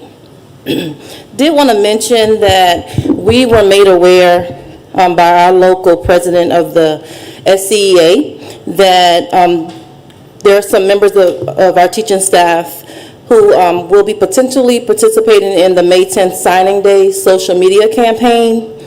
And so the purpose of the campaign is just to shed some light on some of the following things. So they want to bring attention to the fact that teachers believe that they are allegedly signing a contract that is not fair to both parties and is really only benefiting the district. Teachers want to take a closer look at a policy, and one that they referenced was policy GCA, professional staff positions. And then they also want to take a closer look at state guidelines and mandates for attending staff meetings, both during school and after school. They want to have the opportunity to compare data from district to district so they are better informed about what trainings are available to them and when they can attend those trainings. Also, teachers want clarity on clauses number 5 and number 6 on the contract, and would like to get some suggestions for future contracts. And then lastly, the whole purpose of the social media May 10th campaign is so that they come together as a group in a unified manner just to sign their contracts. And it was given, the explanation was given, similar to that of an athletic signing day. So that's the purpose of the May 10th campaign for social media. Where is this coming from? It is my understanding that the SCEA, the South Carolina Educator Association, is facilitating this process with the Tri-County area to exclude Charleston County. So it's to include Colleton DD2, and Berkeley. So my question, Ms. Hamilton, we have teachers participating in this, is a possible assumption, It's an assumption, I can't confirm it. but this is not something that our teachers initiated. This was initiated by someone else, a different group? That's my understanding, yes, sir. So it's the SEA, so as professional educators, we become members of that association, and so if you're a member of that association, you receive that correspondence just asking you to join this campaign. And so there will be an SEA, the SEA will host a Zoom meeting, an information session tomorrow night at 7 p.m. So And how do we get an invite to that Zoom meeting, Ms. Hamilton? I will forward you what I have accessible to me. All the information that you just went over, if you could forward that, I would Sure. be quite interested Sure. in that. Sure, not a problem. Ms. Go ahead. Ms. Hamilton, with regards to that involvement, it sounds very familiar to the day a few years ago when we had teachers that were not, weren't present and they went to the Capitol. That's not this. It's not this. It's not the same thing. And so it doesn't require or we don't anticipate any teachers not being present for that day of work. No, I didn't get any of that. Okay. I asked some clarifying questions, just because my gesture was, I really I want to help. And if it's about understanding the contract, I'm willing to do whatever I need to as a director to help teachers better understand what they're signing. And so the president, which is a teacher at Hendersonville Elementary School, and our active teacher of the year for that location, Ms. Taisha Pruitt, was kind enough to offer us these bullets and is willing to help expound and give further explanation as given to her. So she is partnering with us to help us understand so that the process is really seamless and we are educating our staff as to what they're signing. Clarify for me who Ms. Pruitt is within this organization? She is Colleton County's president of the SCEA. Okay. But is she the one that's heading up this event, this signing day?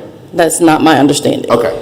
And also, Ms. Hamilton, just in that, sharing that information that you have, I have no idea what clause 5 and 6 is. Sure. So if you could just share that as well, just so we can at least be aware of it. So just in short, so clause 5 just talks about the superintendent having the discretion of placing staff members at locations where they're needed.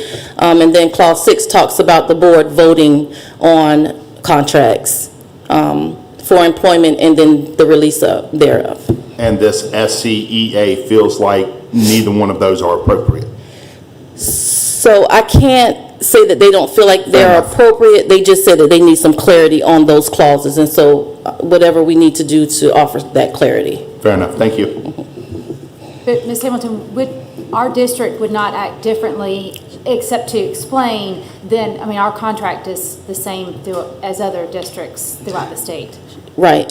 So what I've done is reached out to colleagues across the state, just Low Country, Midlands, Upstate, just to see the variance in contracts, and they are quite similar. They're not identical, but they are quite similar. Good to know. So clause 5 and 6 is pretty similar across the board? So it may be clause 1 for one district, but it's... But the requirements of those clauses? Sure. Thank you.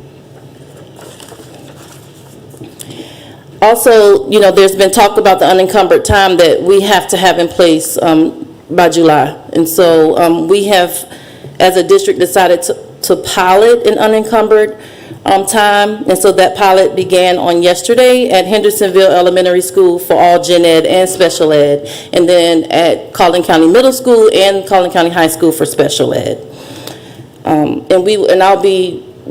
I'll give you a progress report Monday at the board meeting just as to how that went. I do have plans to go see it myself just to see, what kind of kinks we need to iron out.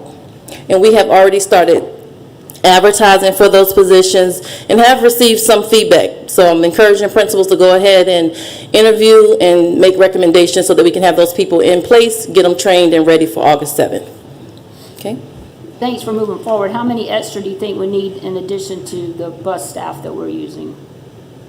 For the pilot, we're good on the pilot. We're able to accomplish what we need to do? Yes, ma'am. Yes, ma'am. How many extra people are we talking about hiring for the actual implementation? So elementary schools, for sufficient supervision, it really would be at the discretion of the principal based on the population of the school and how many grade levels are in the cafeteria at any one time. I can give you a for instance. So maybe at an elementary school, there may be 2 grade levels at a time with a total of maybe 10 classes if it's 5 per grade level. So adequate supervision for me would be no less than 4 people. Or 3 people, I'm sorry, no less than 3 people at the max 4. Ms. Hamilton? Because, and then we have to also consider that they're helping with transitions in the hallways and supervising the cafeteria. But that too, with the max of 4 would include school staff because you have to have eyes in the hallway and cafeteria.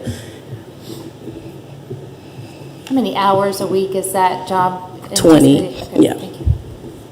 Ms. Hamilton, is it costing us extra? Are you able to work it out with the bus staff that you're able to use currently for the pilot? It's not costing us extra because they give us time during the week. And so if they have not met their 30 hours, we pulled from that subgroup of people who have not met those hours. And we're able to rotate. So it's not the same people. It is consistent for the most part, but it could be different people on any different day. One last question from me, Ms. Hamilton. On this, monitors for the unencumbered time, is this already included in our proposed budget that we've seen? Yes, sir. Okay, thank you. And then you have a list of vacancies by location. We are accepting a recommendation, interviewing, submitting recommendations and accepting those and onboarding teachers and support staff as we receive those recommendations. Some possible solutions to help assist us with filling these recommendations would be for us to adhere to the South Carolina accreditation standards as it relates to teacher and student ratios. And then we can also explore the option of creative scheduling at our high school, and then continue our partnerships with our tutors and our SPED contracted services, which we know is not ideal. Any questions about that? What does creative scheduling mean? Just explore some options of scheduling, and I'm going to defer to the superintendent because I don't have all the pieces to the Sure. discussion for that particular. So I'll be happy to explain that. We're looking at creative scheduling of putting the 9th and 10th graders on a 7-period schedule, and putting the 11th and 12th graders, keeping them on the 90-minute block on the 4. Thank you. And so I'm happy to say that Colleton County School District did participate in the Sarah virtual job fair. We had lots of attendance. However, there were a lot of attendees who were they were internationals who would need sponsorships to come and teach in our county. And so I don't want to say unfortunately, but the vast majority of the people that visited us were internationals interested in coming to Colleton County.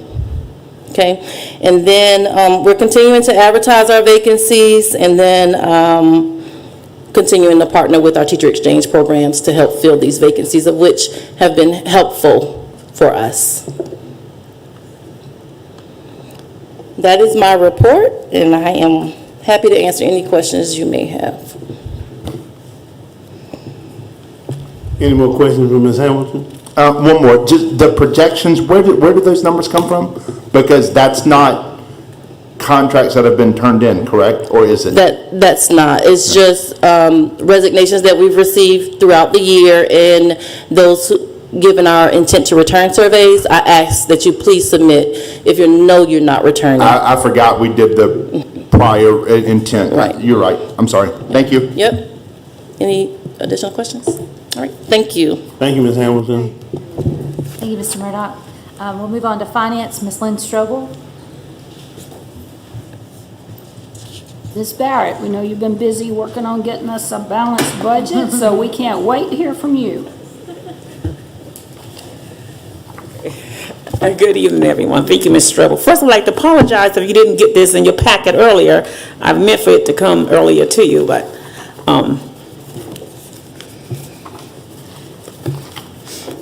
okay, it's this update on what's going on in the House, in the legislative body. The Senate, okay. The Senate to finalize its state budget plan this week. The House, of course, passes budget in mid-March, and what the Senate committee, Finance Committee, did 2 weeks ago is really not much different than what the House did. They're still looking at $2,500 increase to every pay scale for the state teacher minimum salary. They're still rolling up the classroom aid to district, the student health and fitness, the guidance counselor specialist, and the profoundly mentally handicapped and student health and fitness act nurse. They want to still do the $300 from $300 to $350 for supplies for the teachers. And the only thing that's a little bit different from the House version to the Senate version was for the bus driver's salary. The House was going to give the bus drivers $2,500 per sale. The Senate came back and did an hourly rate increase, and the hourly rate is going to be 25% of the bus driver's salary on the state level, and that equated to like $2.28 that we have to increase each cell based on that. And basically, that was the main difference from what the House version and what the state version is. Hopefully we can have some final information from the Senate. They're debating this week on their version of the budget.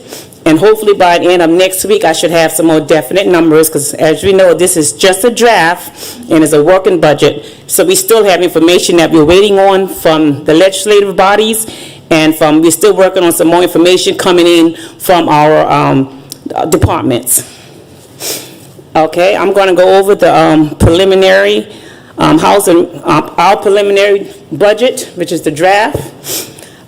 But if you look at the property taxes, I increased that by $814,000, not because we had a millage increase, but because our collection is up. Based on my projections and what we collected in the past couple of years, this is what we are projecting to have for the next budget year. The revenue in lieu of taxes is up a little bit by $10,000. If you look, we are still balancing our budget by indirect costs. As you know, we had a deficit of $1.6 million in 2021, and we had a little bit more deficit in 2023, but we are not going to use we took all the salaries out of the ESSA that we had for the retiree teachers, and we put those salaries back into the general fund. But we still are using ESSA funds of indirect costs of $1 million to balance the budget, or a little over $1 million to balance this budget. So we're just going to have to be mindful of that. Okay, we have Tier 2 had they've been giving us that for umpteen years. There's no increase to that. Tier 1 is the same thing. Tier 3, we had an increase of $791,702, and of course, that's also based on our student count. So if our student count goes down, that goes down, and you wouldn't know that until the 135th day, and then they do another count at 45 days. That's why we lost $615,000 before, because our student count had went down. Sir, the dates again are the 45-day count and the... 135-day count. And what day are we on now? What day are we on now? We haven't given us a final number for the 135 day, but that's where we'll be looking at. And then that's when they determine if they're gonna give us some more count at the end of the year. So we'll find that out, some more cuts. Thank you for letting me ask that question. Our manufacturer, I projected we're gonna increase a little bit by $27,500. The inventory, a little increase by $5,000, and the motor carry increased by $115,000. Per our projection, we have been collecting more from the last year up until this year, based on my projection. Okay, for the retiree insurance, we have an increase of $188,415. PEBA, the same, no increase. State aid to classroom, we had $1,086,832, which was up by 5.3%. And of course, you know, this is also based on our student count. So right now, they give us this number. By 45-day count of next year, it can be changed again, based on whatever the student count is. The same thing with the state aid to classroom is up, $760,000. So we had a total revenue increase of $3,924,620, which is about 7.65% increase to our budget for this year so far. Okay, if you look at our salaries, we gave a step to all our classified employees. So everybody is right on where they're supposed to be right now, on target. We gave $2,500 to each teacher sale, that's included in there. We brought back the retirees that was in ESSA, and we have them now into the general fund, because we have to eventually bring all our expenses back to the general fund, because we know ESSA is going to be going away after September of 2024. So we need to gradually start making sure we get our budget balanced as much as we can without using the ESSA funds that we won't be having anymore. Pardon me, Ms. Barrett, that's all retirees are now back in general fund? Yes. Because we did have a list, at one point, there was like a Well, we do have one, we have adult education, but they're not in the general fund anyway. They're still in the ESSA fund. Okay. But all our general fund funded, they're back in Okay, the general fund. okay. Thank you for the clarification. But, I mean, we do have a position that's still in ESSA, but they're not position that, they're like position that they know were not permanent positions that would definitely have to come back into the general fund. But we haven't gotten rid of those positions, they're still there. Okay. As, Adult ed, does it come out of general fund? You just mentioned one. adult education, they have their own funding source, they come out of a state fund, 300 account. So once finished out of ESSER, that'll go back to Right, that- into their funding into source. their funding source. Right. But, so why is it not, okay, so, but it eventually will go back? To their funding, not in the general fund, but into their 300 account. Adult education receive their own funding sources. Okay. Why is it not in their own funding now so we can keep that money in ESSER? Because they asked for us to help them last year and to help them to overcome some things that they needed to in their budget. Sure. And this helped, and we was helping them out with using the ESSA fund, because the ESSA fund was not only just for us, but adult education and Sure. other, so we helped them out by doing that. But so they need that help again this year? Yes, they do. Are they going to need help again next year? No, they're not. Okay. They're trying to get their budget together too. We're just kind of Yes. acting them through. Okay. Yes, All we're right. trying to help them to get a little increase in their monies too, just like we're trying to increase our fund balance, because we don't know what we're going to have to do after this year with our fund balance. So the main goal now is to increase our fund balance as much as possible, because you know our fund balance is like our savings account.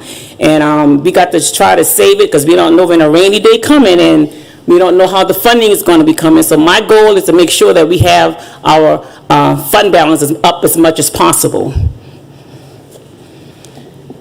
The contractor services, that's the Coastal Empire, that was mental health, it was $10,000 increase to that. But the Kelly services is $100,000, which we still really have to still work on that, because that's, it's a big increase right there. Everything else in the budget so far stayed the same. The only increase we had was the human resource. She needed some more funding sources, because she has to do the HB1 and helping out with foreign teachers. She needed a little bit more extra funding there. Other than that, The district maintenance contract, we kept that the same because we still have not done any of our RFPs to see if any of those contracts has increased yet, but we should have those numbers soon. The maintenance and ground needed a little extra money because of their increases in all the supplies and all the expenses, so they went up like 10%. The housekeeping contract went up like $26,588. Utility, we went up basically like a 5% increase on utility. The water, we went up but the same thing, and so did the telephone bill, which gave us a total increase in the utilities of 4.99%. And the fringe benefit went up for insurance. Again, this year, the insurance is going to go up a little bit more. It went up last year, 18.9%, and this year it's going to go up 1.87% in January. The retirement went up last year. 1% is going to go up again this year, 1%. Social Security, still the same, but because of all the increases in the salaries, we had an increase in Social Security. So our total fringe benefit increase was $1.1 million, which was a total of 7.73% increase. And our district insurance coverage, that's our workman comp, general liability, those things. We haven't got any numbers yet from the insurance reserve fund, so I haven't done any increase to that. But our total expenditures went up by $4.1 million approximately, which give us a total increase of $8.1 million. And of course, we have a deficit of $271,810. And how we came to that number is that last time we had the budget, we had incentives of $550,000 that we had. So we took away those incentives because we really didn't have the money to take care of those. We had $401,000 that we had in for technology, but we're going to try to see if we're going to put those expenses in the capital project, because capital project we had like $6.5 million that we're requesting, but we were able to use a lot of the monies that that we had from technology, from 8% money like the request, and put those in the bond that we just had a pass when Mr. Dameron came. So we was able to save money, and we got about maybe $400,000 that we probably can use for technology, and that's and giving everybody else basically their requests, we were still able to save money too in that area. Ms. Barrett, you lost me for a moment. We had a printed copy of pages 1 and 2, but not of 3. Oh, you don't- So I'm trying to catch up to where you are. I now see it online, and but Well, I had 3 and 4, but not 1 and 2, so I'm not sure what happened. I'm not sure. We're sorry. No, it's no worry. Apologies for that. Ms. Barrett sent it. I didn't forward. okay. So, tell me what you have. No. So I have 1 and 2, but I've got 3 and 4 in front of me. I had to find it online. Okay. She's coming with all of it, so sorry. I have nothing now because I gave my 3 and 4 to Ms. Lynn's 1 and 2. I have nothing. But then you'll get the whole packet. Oh, we're good.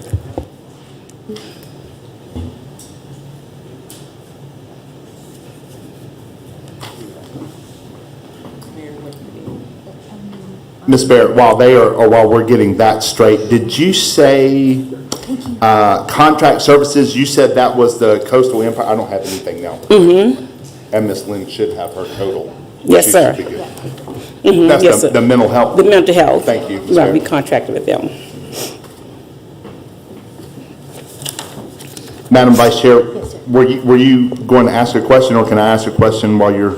Well, I stopped Ms. Barrett, uh-huh. but I don't know Yep. that she's finished. Are you finished, Ms. Barrett? I'm Yes, I sorry. am with that, unless, yes.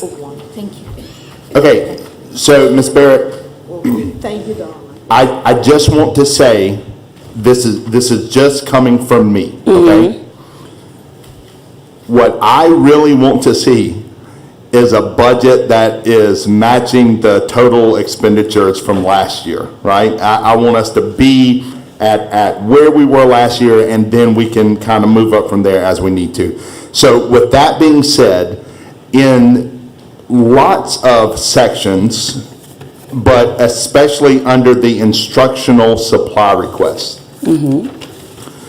Was there any thought to tell the schools, hey, things are lean, times are tough, whatever, decrease your budget by 10%, decrease your budget by 20%? I've been in the district for 15 years, and we have always had trouble with instructional supplies, and that was the first thing that we did. We did 15% one year.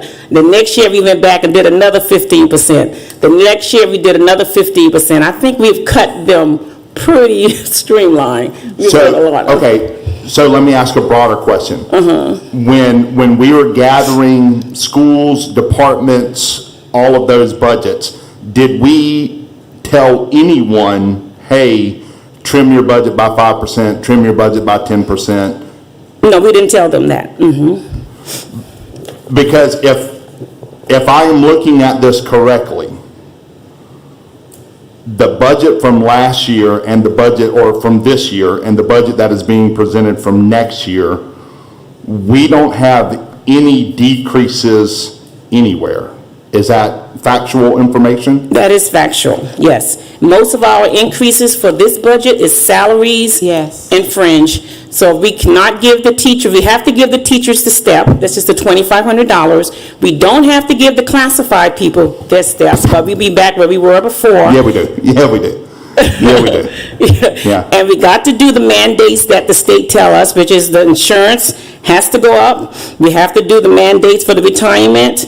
But basically, we don't have a lot of increases on the budget. Okay. Again, and I just want to reiterate this for I don't know how many times. I want to make sure that we treat classified the same way that we treat certified. That's correct. Whenever it comes time for a step, if one gets it, they both get it. I don't want there to be two separate groups within our district anymore, which is the way it was for a while. Yes. The second thing I also want to stress is under no circumstance do I want any of our certified or classified people at the school levels, their salaries to be cut in any way. I don't know where maybe some confusion came from, but I do not want those salaries to be affected in any way. However, I go back to the instructional supply request, and I am not sure with the budget, the way it is presented, I'm not sure why we did not say to every department and every school, hey, times are tough, everything's more expensive, we need to trim the budget. But we can go back and ask them to come back. I mean, this is just a draft, and we're going to have more discussions, so we can go back to them and ask them to trim as much as they can to give, to trim off their supply requests. Again, this is just me. Yes. But I would appreciate that tremendously. Okay. And I know no one wants to do it, and I understand that there are needs, but I also understand that there are wants. Mm-hmm. And I also understand that there are some things maybe at the school level that we need to do. Can we somehow move those into capital projects? Or can we somehow take some of the ESSER money that's remaining and do some of those things? We really need to make sure that, my opinion, that we are presenting a need-based budget from across the board. Yes. So if we can work on that, then I would greatly appreciate it. I have one more question for you. Yes, sir. I know Mr. Murdoch brings this up a lot. I know you have made mention of this several times about our Kelly services. And that bill is just astronomical, right? Yes.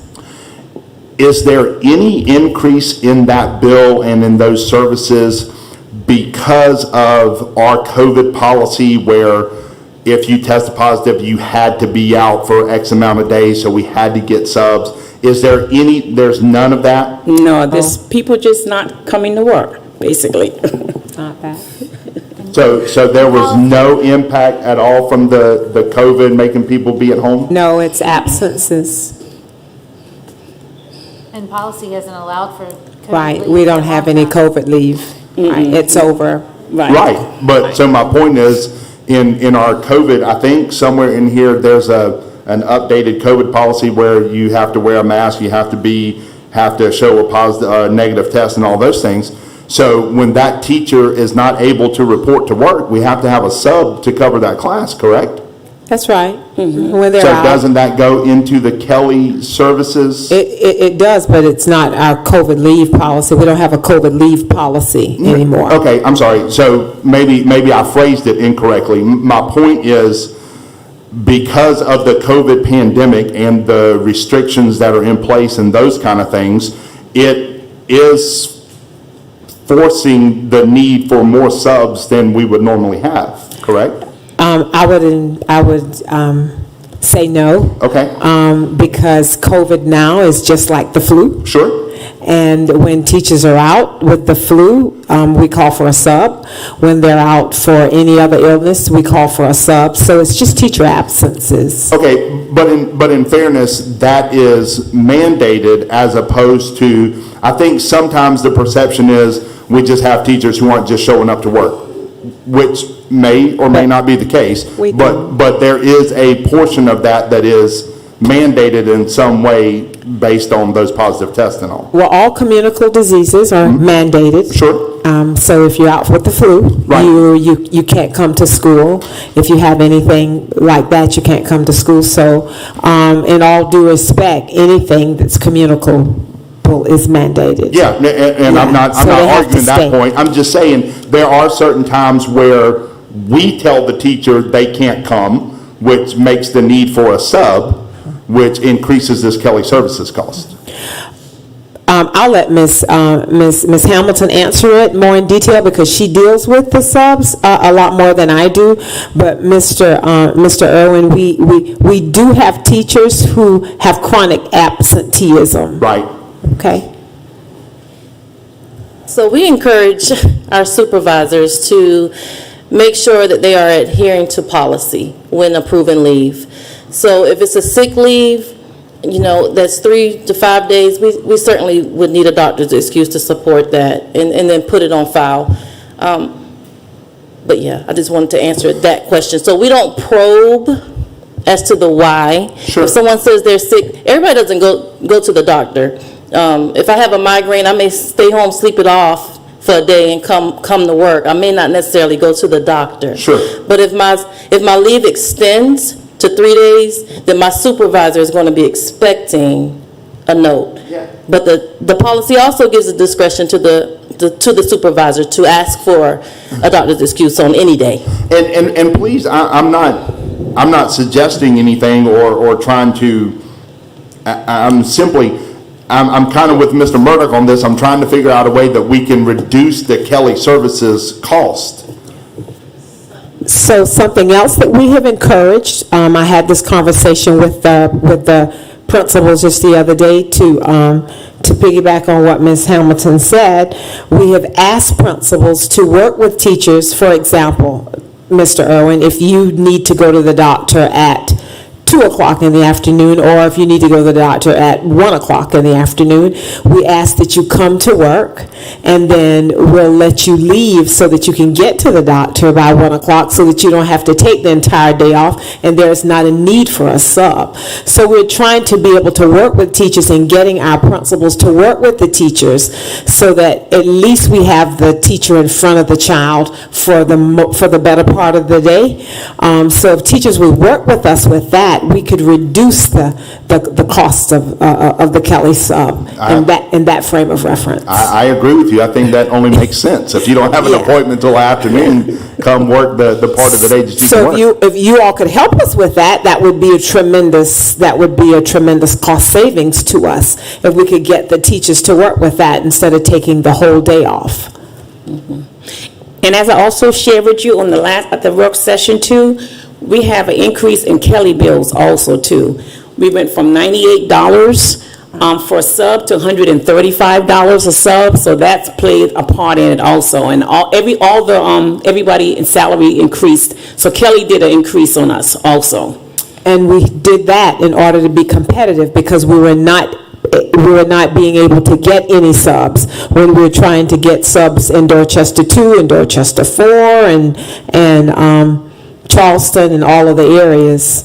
So I was just going to ask, is there another provider other than Kelly? But it really won't matter because we're going to have to offer a competitive Or we can always try to do our own in-house, but that's going. I don't think we have time for that. We don't, I don't, We got other I don't issues. either. I don't think so. And we don't have staff that can manage that. Let's keep Kelly for right now. Yeah, that's a nightmare. It is, I mean, I think it's a worthy discussion, and we've had it often, this board, other boards, it is, I know, something we're consistently working on.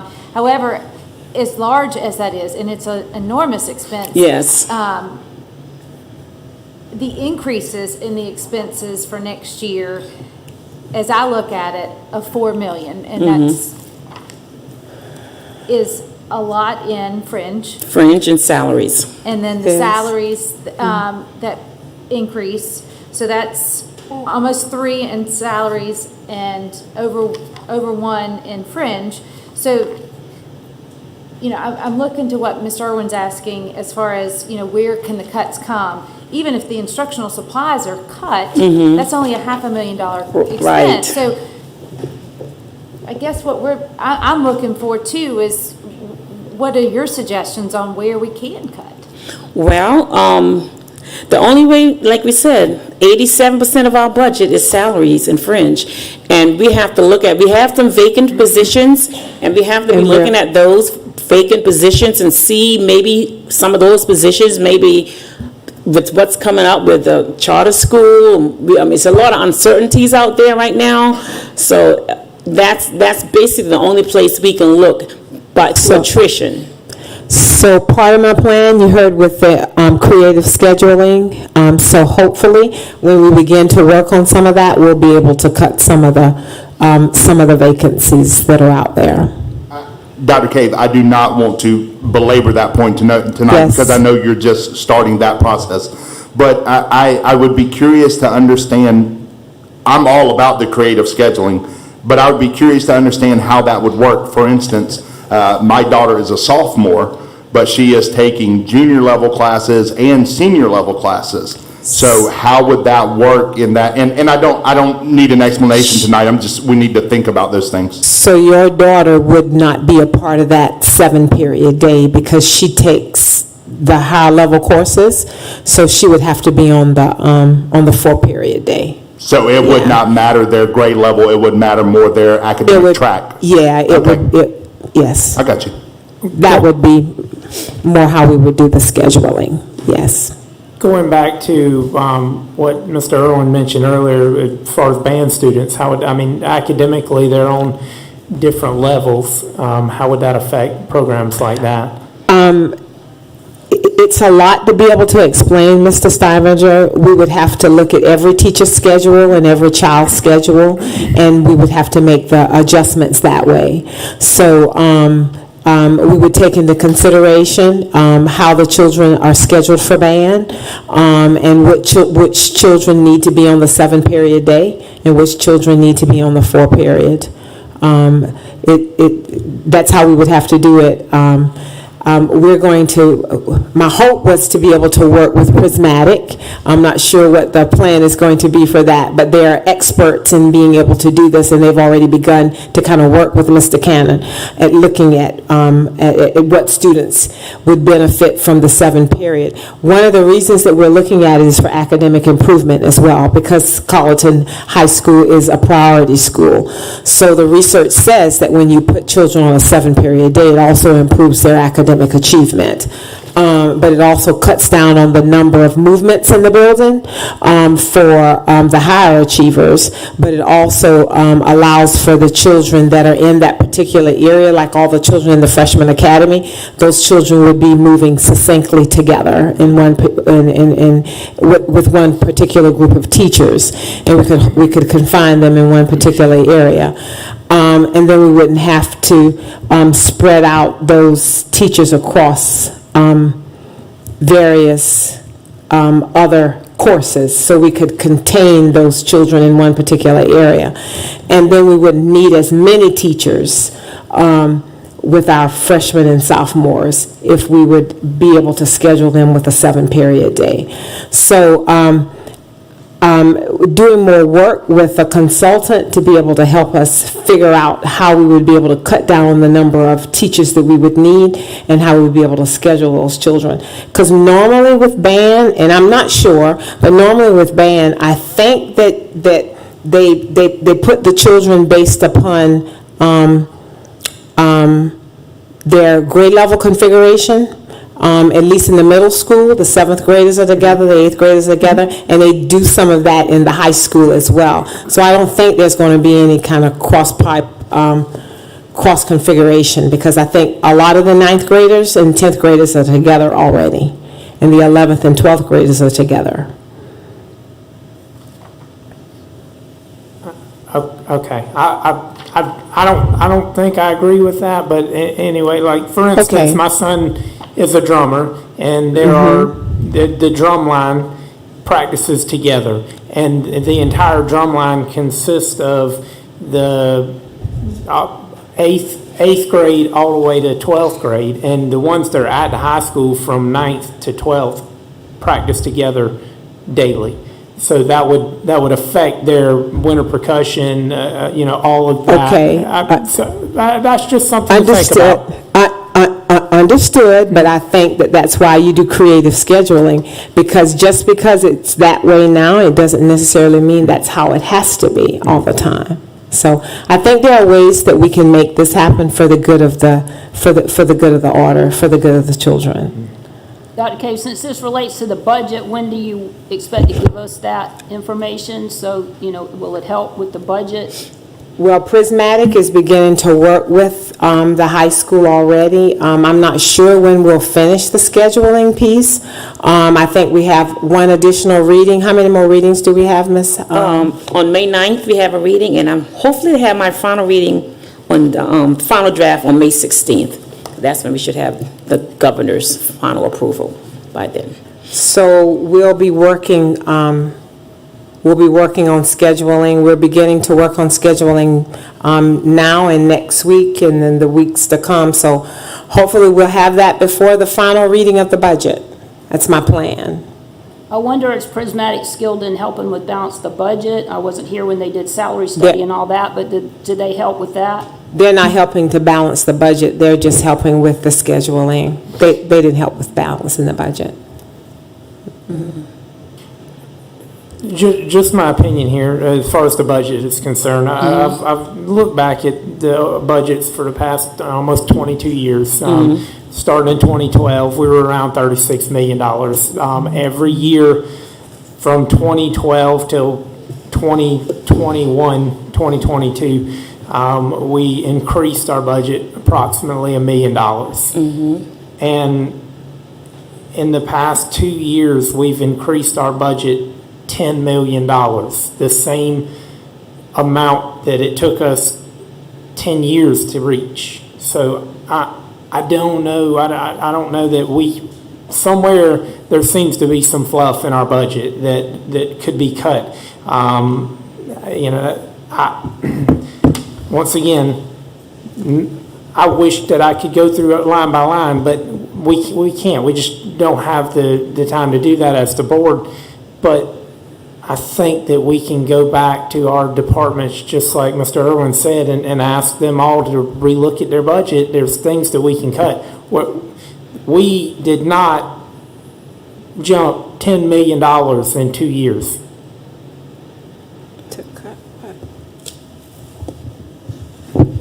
Well, with the budget, historically, what's happened with the budget, a lot of the increases was in salaries and fringe. We had our classified people were 5 years behind. We had to bring them up to speed. We had budget cuts, we had furloughs, we had a lot of those things like that happened during the year with the budget.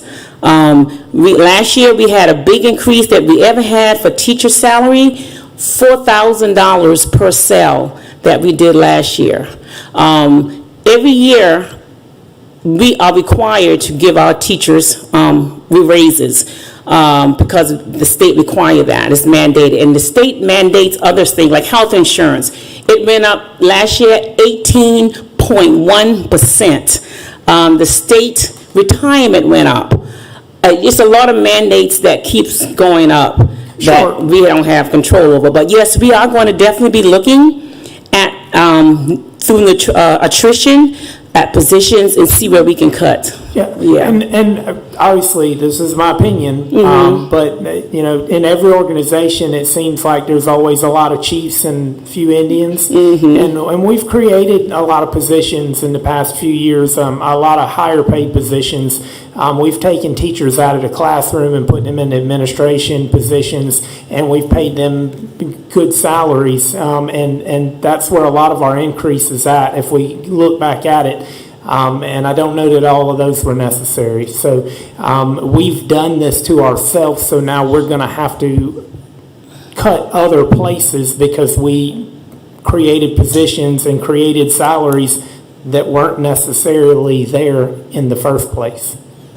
Mrs. Stivager, can you give an example of a position that was created that's in the current budget that wasn't there in the past? I don't think we've had the coaches, for instance. I think we have either 6 or 8 at the district office as well as in the schools. Those salaries are in ESSA, Okay. so those not in general fund. That's just Are content there special. some With content specialists, those are in ESSA. those are in ESSA. Yeah, just until we have, and when the ESSA funds go away, that's going to go away. Instructional Right. coaches are, Instructional coaches, Yes. those were, we got some fundings from them, from the state, and the state, mandate, they give us fundings for those, some of them. Those are the reading coaches. Right, The reading coaches are mandated by the state. Right. So those are, and we get some funding for those. And then they And then roll up. the curriculum facilitators, I think we call them curriculum facilitators. Curriculum facilitators were added, those were here upon my arrival. So, willing to make those adjustments, but when I get a mandate from the board, we want everybody to keep their salary. I mean, we want everybody to keep their job. So what we can do with those positions, and I put it on record, we can put those persons back in the classroom as teachers. So that's an option to be able to do that. But is that the right thing to do for human capital? No. Did I just hear correctly that the content specialists are being paid out of ESSER? Yes. They are. And when ESSER's over, those jobs are over? They are. Did those people who applied for those positions know that they were temporary? They do. Wow. Okay. Let me just piggyback on what Mr. Stivender said. The two concerns that I have, one is our student enrollment continues to drop and our budget continues to go up. And again, we have been brought several drafts of a budget so far with not one single reduction in a department or a school or an area. We have got to go back to all of our people and make sure. See, I get real nervous when we talk about saving money through attrition, because what I hear when we say that is increased classroom sizes. And we had a big blow up a couple of years ago with the whole SC for Ed movement, because teachers were fussing about classroom sizes, and the board at that time said, we are going to address classroom sizes and we're going to lower them. And now we're talking about increasing them, and some of the numbers that have been projected by this salary study and all are higher than the numbers that were previously being complained about. So I know there's got to be some hard decisions and there's got to be some tough cuts made at several different levels, departments and schools and those kind of things, but we've got to figure out a way to bring this budget down. Especially hearing that we're still using ESSER to fund stuff, and ESSER is going away after next year. So we've got to figure out a way to bring this budget down. We will go back to the drawing board. We've cut, but we'll continue to cut. We'll look at the supply request to see whether or not we can cut there. But that's just the $500,000. I'm not sure how to be able to cut the staff, but we'll look at that too. The staff would be the next area. Well, and I appreciate that, Dr. Cave, but Ms. Barrett just said a few moments ago that we do not have any reductions in any of this, correct? From this year's budget to next year, we have not been presented with any reductions. We have removed things from this budget because, as you can see, we've removed some things from the budget.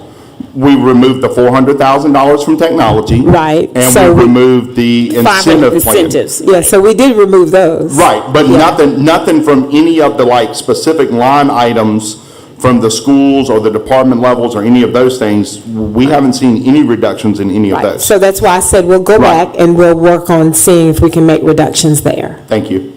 I think that's helpful to know where those cuts have come from, Dr. Cave and Ms. Barrett. With regards to the conversation that just occurred about HR and knowing that some of our instructional staff have taken higher level positions and the positions that we have open now are in the classroom. I think sometimes those are the hard decisions that, Dr. Cave, I don't know if you need to make those decisions and what you need from us, but as a board member, I know that that's not an easy place for this board to be, but I also know it's not an easy place for you to be. But I know it's not an easy place for our district to be. So those are some of the decisions that I feel like at this point, as a board member, that I feel like I'm willing to consider some of those. And I understand the human capital that you're mentioning, that no one wants to be able to say, we appreciate you as an employee, but we need you to consider a lower salary because that's the position that we're in need of. But as a board member, I feel like that's kind of where we're looking to go. I say that only because I know that the fringe and the salaries, that's where we are. That's where we've got cut. Yeah, that's it. Yeah, that's it. That's the bulk of our budget. Yeah, and so at the end of the day, our district needs teachers, and as we look to approve this budget, I am not interested in increasing class size, and so that means more teachers and less of something else. Well, Mr. Urban, we did have one creative way of decreasing the budget for the bus drivers of $95,000. Mr. Bradley came and he told us that he had 86 bus drivers and he couldn't fill them, so he asked, can he compromise and can he have 60 bus drivers and 26 monitors? So that decreased the budget some. Great job, great job. Keep doing it. Tell Mr. Bradley, great job. Well, he did a great thing with that. Okay, any more questions? Of course, like I said, this is just a draft. We're going to definitely go back and look really deep and see what else we can do. But like we said, 87% of our budget is salary and fringe, and that's just how most districts are when they come down to personnel and fringe. I think most businesses, most companies, I think, Yeah. the bulk, 85% at least is usually salary and fringe. That is correct. But I also want to say that's the area that we most appreciate. Yes. Without the people, we don't. We couldn't operate. That's correct. Okay. All right. Thank you so much. Okay, I'm going to go over our monthly financials for the month. We had a local revenue in March of '22.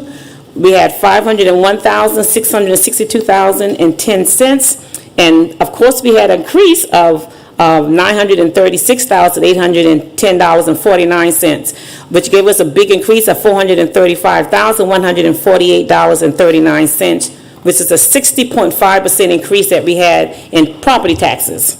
Due to collections. Of course, our EFA is negative only because of the way we changed the funding, that the state has changed the funding. The EIA is increased because of the funding, the way it's changed. Our federal fund is different because we don't claim all the time. We claim during a certain time of the quarter, and it wasn't time to claim, so that's why it looked like as a decrease, but it's really not.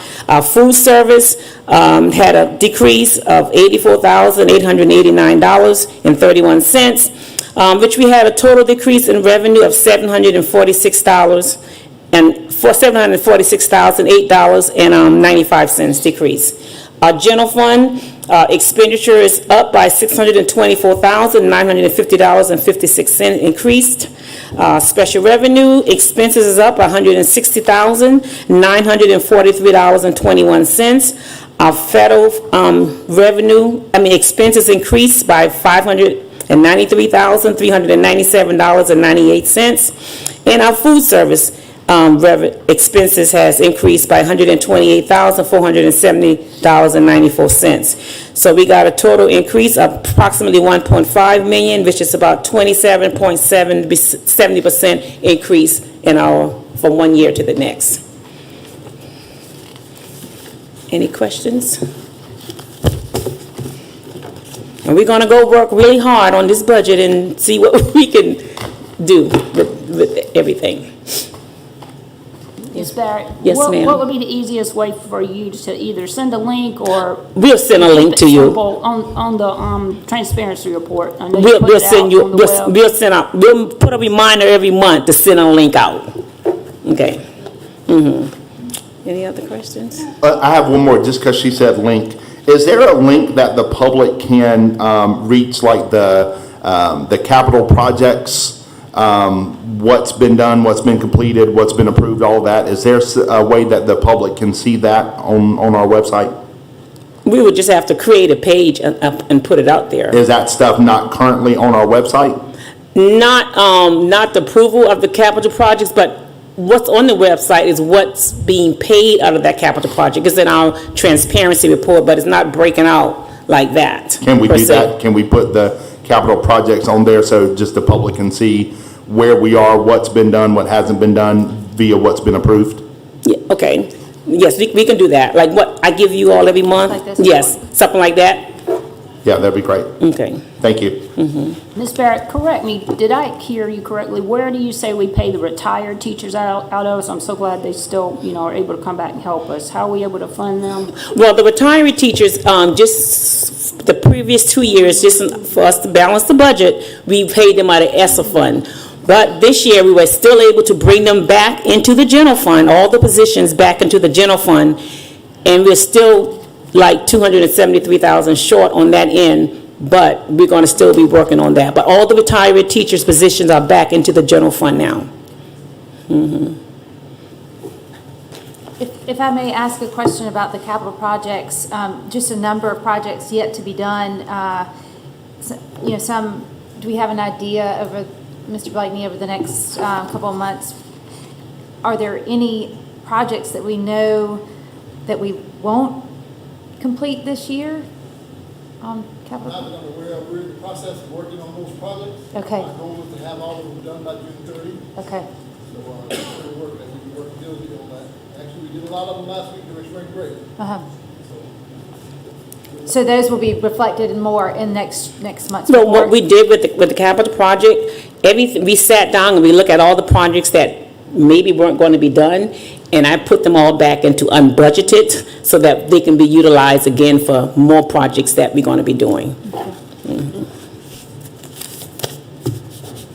Did we receive an update on the capital project budget for next year? Yeah, I'm going to give it to you in May. Okay, great. Yeah, we're still working on that, trying to get some more finished work on that, and once that in May. And what is that projected number that we're going to have for that? Right now, we at like $2.6 million. Thank you, Ms. Barrett. Any other questions? Wonderful. Okay, thank you.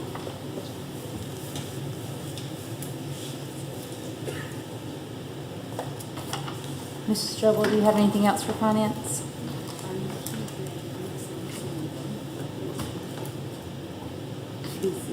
Any other questions to clear up? I know she works really hard to give us all of that information, and it's a lot of details. Did you want to address the payroll calendar that's in our packets? Oh, yeah, that's in there.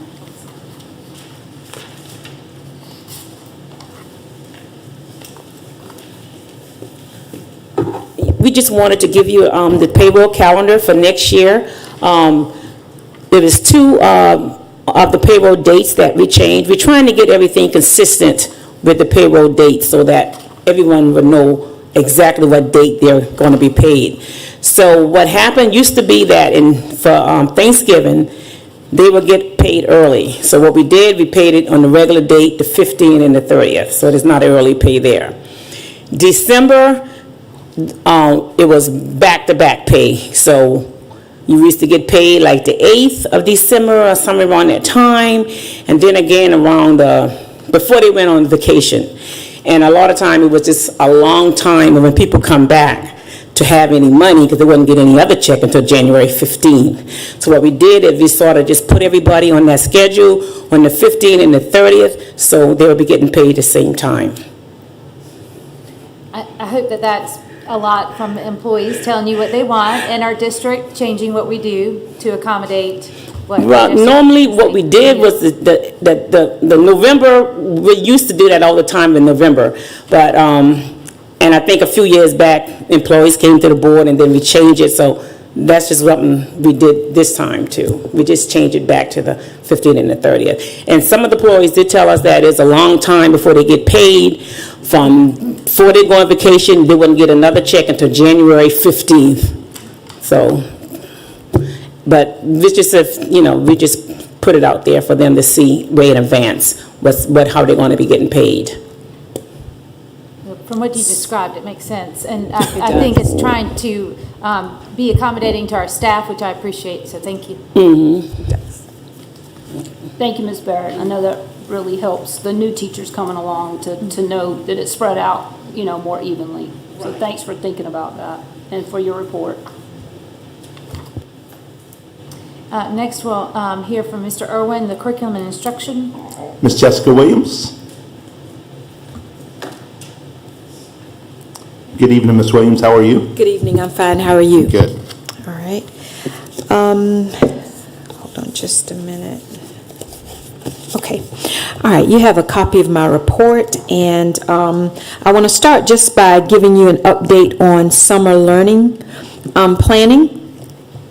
First of all, we have a very robust summer learning design team. I think I gave you some information about that last time.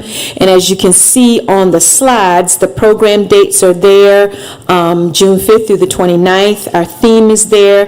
The locations that we're going to be utilizing are there as well. Just wanted to let you know that student registration began April 3rd and it closes on April 26th. So we are really trying to get our students to sign up for summer programs. Brochures were given out tonight as well. It's been placed on the website. Schools have the brochures. So we're just trying our best to get students to sign up and let them know that it's not only for those students who need to come to summer school for academic reasons, but it's also for enrichment. So we're encouraging all of our students to sign up for summer programs. We're also coordinating with the middle school, with GAP and with Gear Up. Those programs will be offered during our summer programs as well. Just wanted to let you know that we did receive some exciting news. Dr. Cave received some exciting news, I think it was yesterday, that the DSLN, that's the District Summer Learning Network that we have a partnership with, and we are funded through the Wallace Foundation. So we received a $225,000 grant through the Wallace Foundation, and they chose our district to come, and when we start summer school in June, they chose our district to come and visit, and that can open up a lot of doors for us because we can show what we're doing and how our summer programs is very innovative and a little different from what it's been in the past, and it could open up doors for us to receive more funding as well. So we're very excited about that visit that will occur in June. Any questions about summer learning? So, Ms. Williams, we're 2 weeks into registration. How are our numbers looking? So right now, our numbers are pretty thin. I think we had, if I'm right, Ms. Hedden, about 85 registrants thus far. But we do have some plans to do some other creative things, such as we're planning to do an auto dialer, to send that out so that parents will be aware that you can register. We've put it on our website. We've sent it to schools. So we're going to be brainstorming some more things that we can do to make sure that we get as many students enrolled as we possibly can. We have we have, like I said, an online option, a virtual option, so they can just scan a QR code and register their students, and it goes straight to Power School. So we thank Ms. Vaughn for working on that for us to get that set up. And we also have paper copies too, so those parents who, feel a little uneasy, they have another way to register as well. Okay, if no other questions on the summer learning, just wanted to update you on our strategic plan. Every year, we update our strategic plan, and I just wanted to reiterate that we don't change it. We just update the goals, the data, the strategies, and the action steps. And if you remember, we had an awesome annual stakeholders meeting back in March. I know some of you attended that meeting. And so what we did, we went back and we looked at our plan, and we thought about the goals and strategies that we have as a district, and we actually utilized some of that feedback that our community gave us that night. So when you look at your copy of your strategic plan, everything that's highlighted in orange are the things that we added from that stakeholders meeting. So I just want to let you know that. And also, the fact that this is a 5-year plan. So I know there were some questions about whether you had the correct plan. It is the correct plan. We don't take the names off. Like, there's some names that of staff members that may not be with us anymore, but they help develop the plan. So the state doesn't require us or doesn't let us remove those names.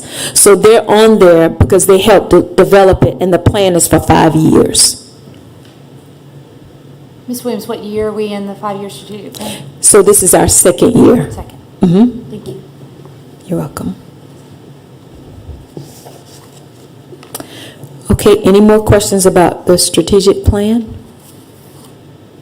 Okay, all right, and then the local board approved courses, and I wanted to provide some clarity on that. Those courses that you see there, those courses have really already been approved by the board last year. So it was just provided to you so that you could see what some of those courses are that are in the implementation stage or getting ready to be implemented for next year.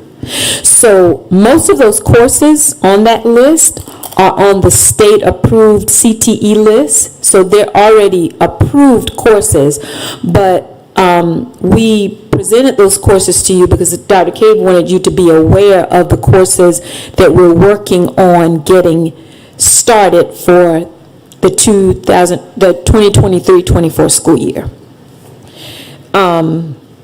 So just wanted to let you know that work is being done to get those classroom spaces ready and conducive to learning for those various courses that are described and listed there in your report. So do you have any questions concerning the courses? Anybody got any questions for Ms. Williams?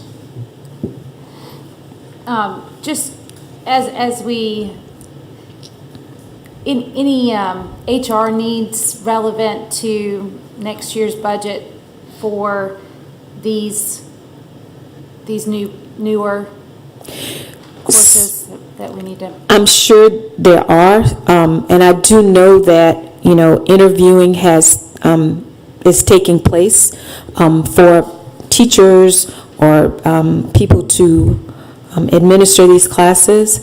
So I'm sure there are HR needs. HR needs for these courses, like teachers for the courses. Are you asking, have we hired the teachers for the courses? Yes. We have prospects for the courses for nail tech and barbering. Okay. Yeah, we have prospects for those courses. If I may, the sports medicine. And HVAC, we're having to hire our teacher. Currently, HVAC is being taught by the teacher at TCL, but we're going to have to hire that teacher. I'm sorry. That's it. No, don't be Yeah, sorry. okay. You had asked about, or you provided information about nail barber and HVAC, and I'm looking at sports medicine, knowing that that is typically our trainer that is a dual role position. And so are these added classes? And I'm looking at Ms. Hamilton, I'm looking at you as well, Ms. Williams, but just wondering if those are added classes and if that same individual does that teaching for that as well. Yes, so that sports medicine internship, you know, students can get those hours, those work-based credit hours by utilizing the trainer that we already have, and they can get those hours. Now, as far as the other class, the sports medicine 3, That position will split next year, so the trainer will be an isolated position. And well, I need a different We're teacher. exploring that option. Okay, We're exploring that option. thank you, Ms. Hamilton. It's an area that I know that is a wonderful dual role, but it's also desperately needed on both sides. And two, just knowing sports medicine, I appreciate the efforts of the district to expand on that. I know our students are interested in that, and it is a worthwhile profession that that trainer can offer a lot of help with. With the career and technology programs, I'm new to the board, so I wasn't here when these were approved, but Dr. Cave, I think, is going to provide us with how these careers relate to the jobs that are projected to be needed in our area, because these kids have to be placed. The funding, requires that we're able to place these kids in jobs, and they have to be tracked. So I look forward to receiving that for the career and technology, how these kids are placed and the needs that are assessed in our area by the region that we live in and the regions close to us. We have that needs assessment report, and I can make that report available to the board. Where the companies that are here are, we're not placing as many of our children in the current companies that are here. But I'll be glad to provide that report for the board. Thank you. And I know we anticipate some new buildings, and I'm sure you're part of that planning for our community. I am on the economic board. Yes. I am. So the projection that comes from our county and our state and the local career center directors develop that for the State Department. So look forward to receiving that for information. Yes. I'll definitely make it available. It's right here. Anyone else, any other questions for Ms. Williams? Ms. Williams, I need to ask a question very quickly. Sure. About nothing that you presented tonight. Okay. Working in technology and working in a school district, one of the big challenges that has arisen quite rapidly is ChatGPT and AI, BARD, all of those things. Are we aware of those? Are we addressing those currently? Can you just kind of talk us through?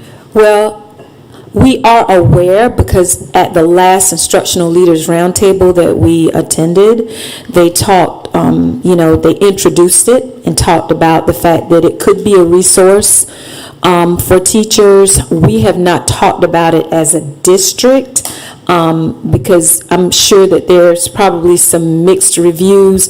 I don't want to share my personal feelings about it, but we have not discussed that as a district, but we are aware. Have we addressed it as a district in terms of students? We have not. We have not. We have not addressed it yet. Okay. So this is a very serious issue because it is very prevalent in all of our schools and in our colleges. Kids typically tend to be much more aware of the latest technology and the things that are going on than maybe some of us older adults. But if you have not used ChatGPT, it is quite amazing at what it can do. You can simply type in, write me a 5-paragraph report with citations on a topic, and in a matter of 30 seconds, you have your citations and your complete report. I know in the district that I currently work in, they are addressing or working to address this very quickly because it has already become a problem with students turning in AI-generated work as their own. So I was just going to kind of piggyback off of that with kind of, we talked earlier about policies that we have in place that maybe we're not enforcing and those kind of things. So this brings up the whole cheating and plagiarism issue from our students. And I don't know that this is what you were alluding to, Ms. Williams, but I know lots of teachers are using this, and it's a great resource for teachers. But there is also some ethical issues with teachers using artificial intelligence to generate lesson plans and those kind of things, and then claiming those work as their own. So I would just kind of challenge, I guess, your department probably mostly, right now, especially from the student aspect, because my guess is there are some students in Colleton County School District who have received some good grades lately with a little bit of help that may not be their own. So if we can address that, and it's something that really needs to be addressed very quickly. And again, if that's something that the board needs to look at as far as those policies, I'm not sure if we have in the student handbook, if that covers consequences for cheating and plagiarism and those kind of things, but I think that's something that we need to address very quickly. Most definitely, and we will. Anybody else, anything from Ms. Williams? Ms. Williams, thank you very much. Thank you. Moving on to operations, Mr. Craig Stavanger. Ms. Fitch? Good evening. Good evening.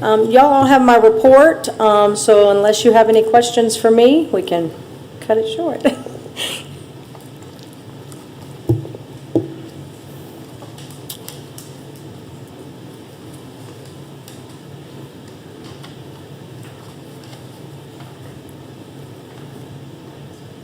Or for Mr. Blakeney.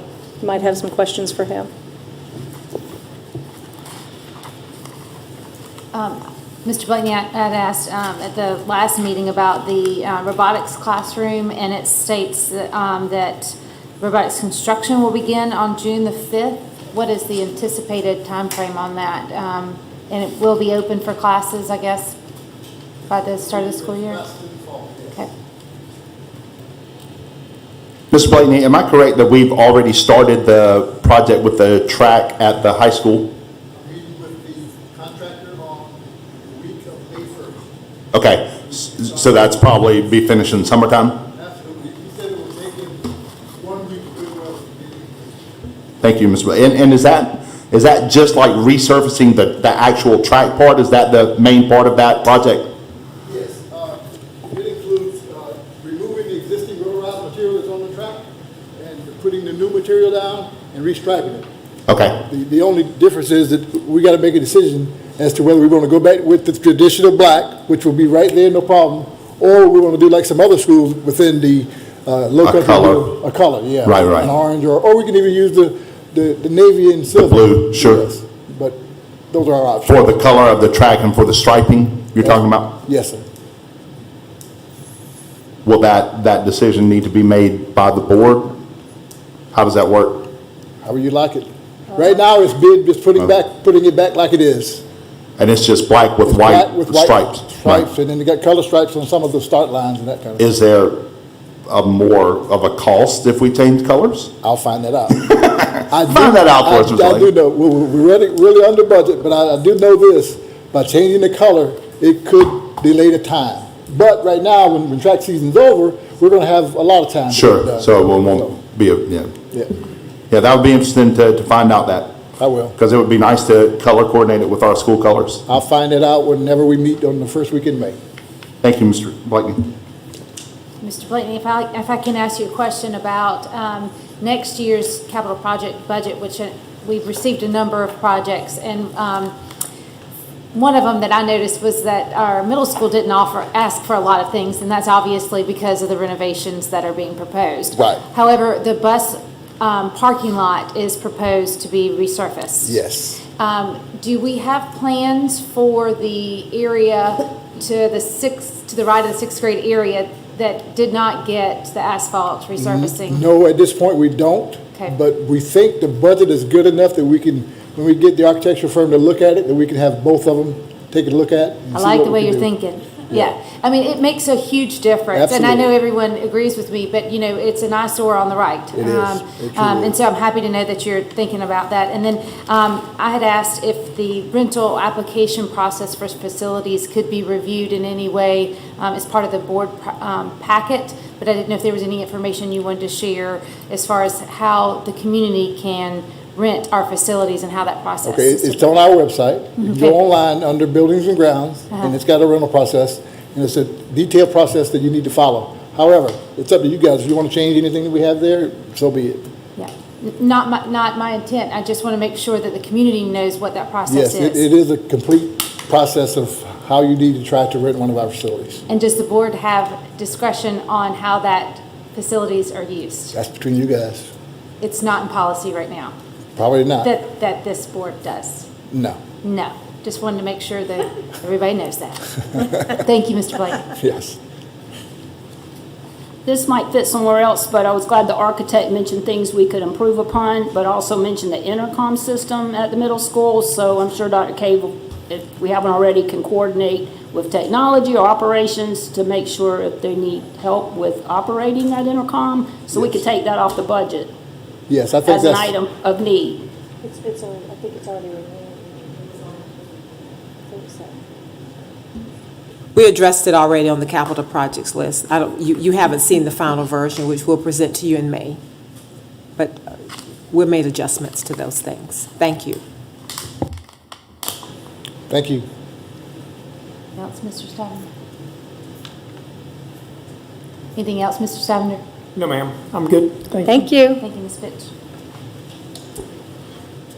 I just wanted to say that, I'm sorry Ms. Simmons wasn't here, and I was not here either at the beginning of this meeting. However, I appreciate Mr. Murdoch's help, and the middle school baseball team won, so yay. I haven't heard from the softball team, but I hope they did as well for their 8th grade night. Is there any other business? We received a report from Ms. Babbitt, and I know it's not on the agenda, so if it's not appropriate, you can correct me, but I wanted to applaud her efforts with her committee for the kickball for our 5th graders. It seemed like it really was a great coordinated effort with the buses and everyone working together from all the different schools. And I just applaud that effort because it looked like a really good team effort and the kids enjoyed it. Bells won. I knew we'd get that in I there. set you up, Mr. Murdoch, for a serve. I think Hendersonville was second. Any other discussion of the board? If not, I'd like to stand adjourned. Thank you. See you next Monday.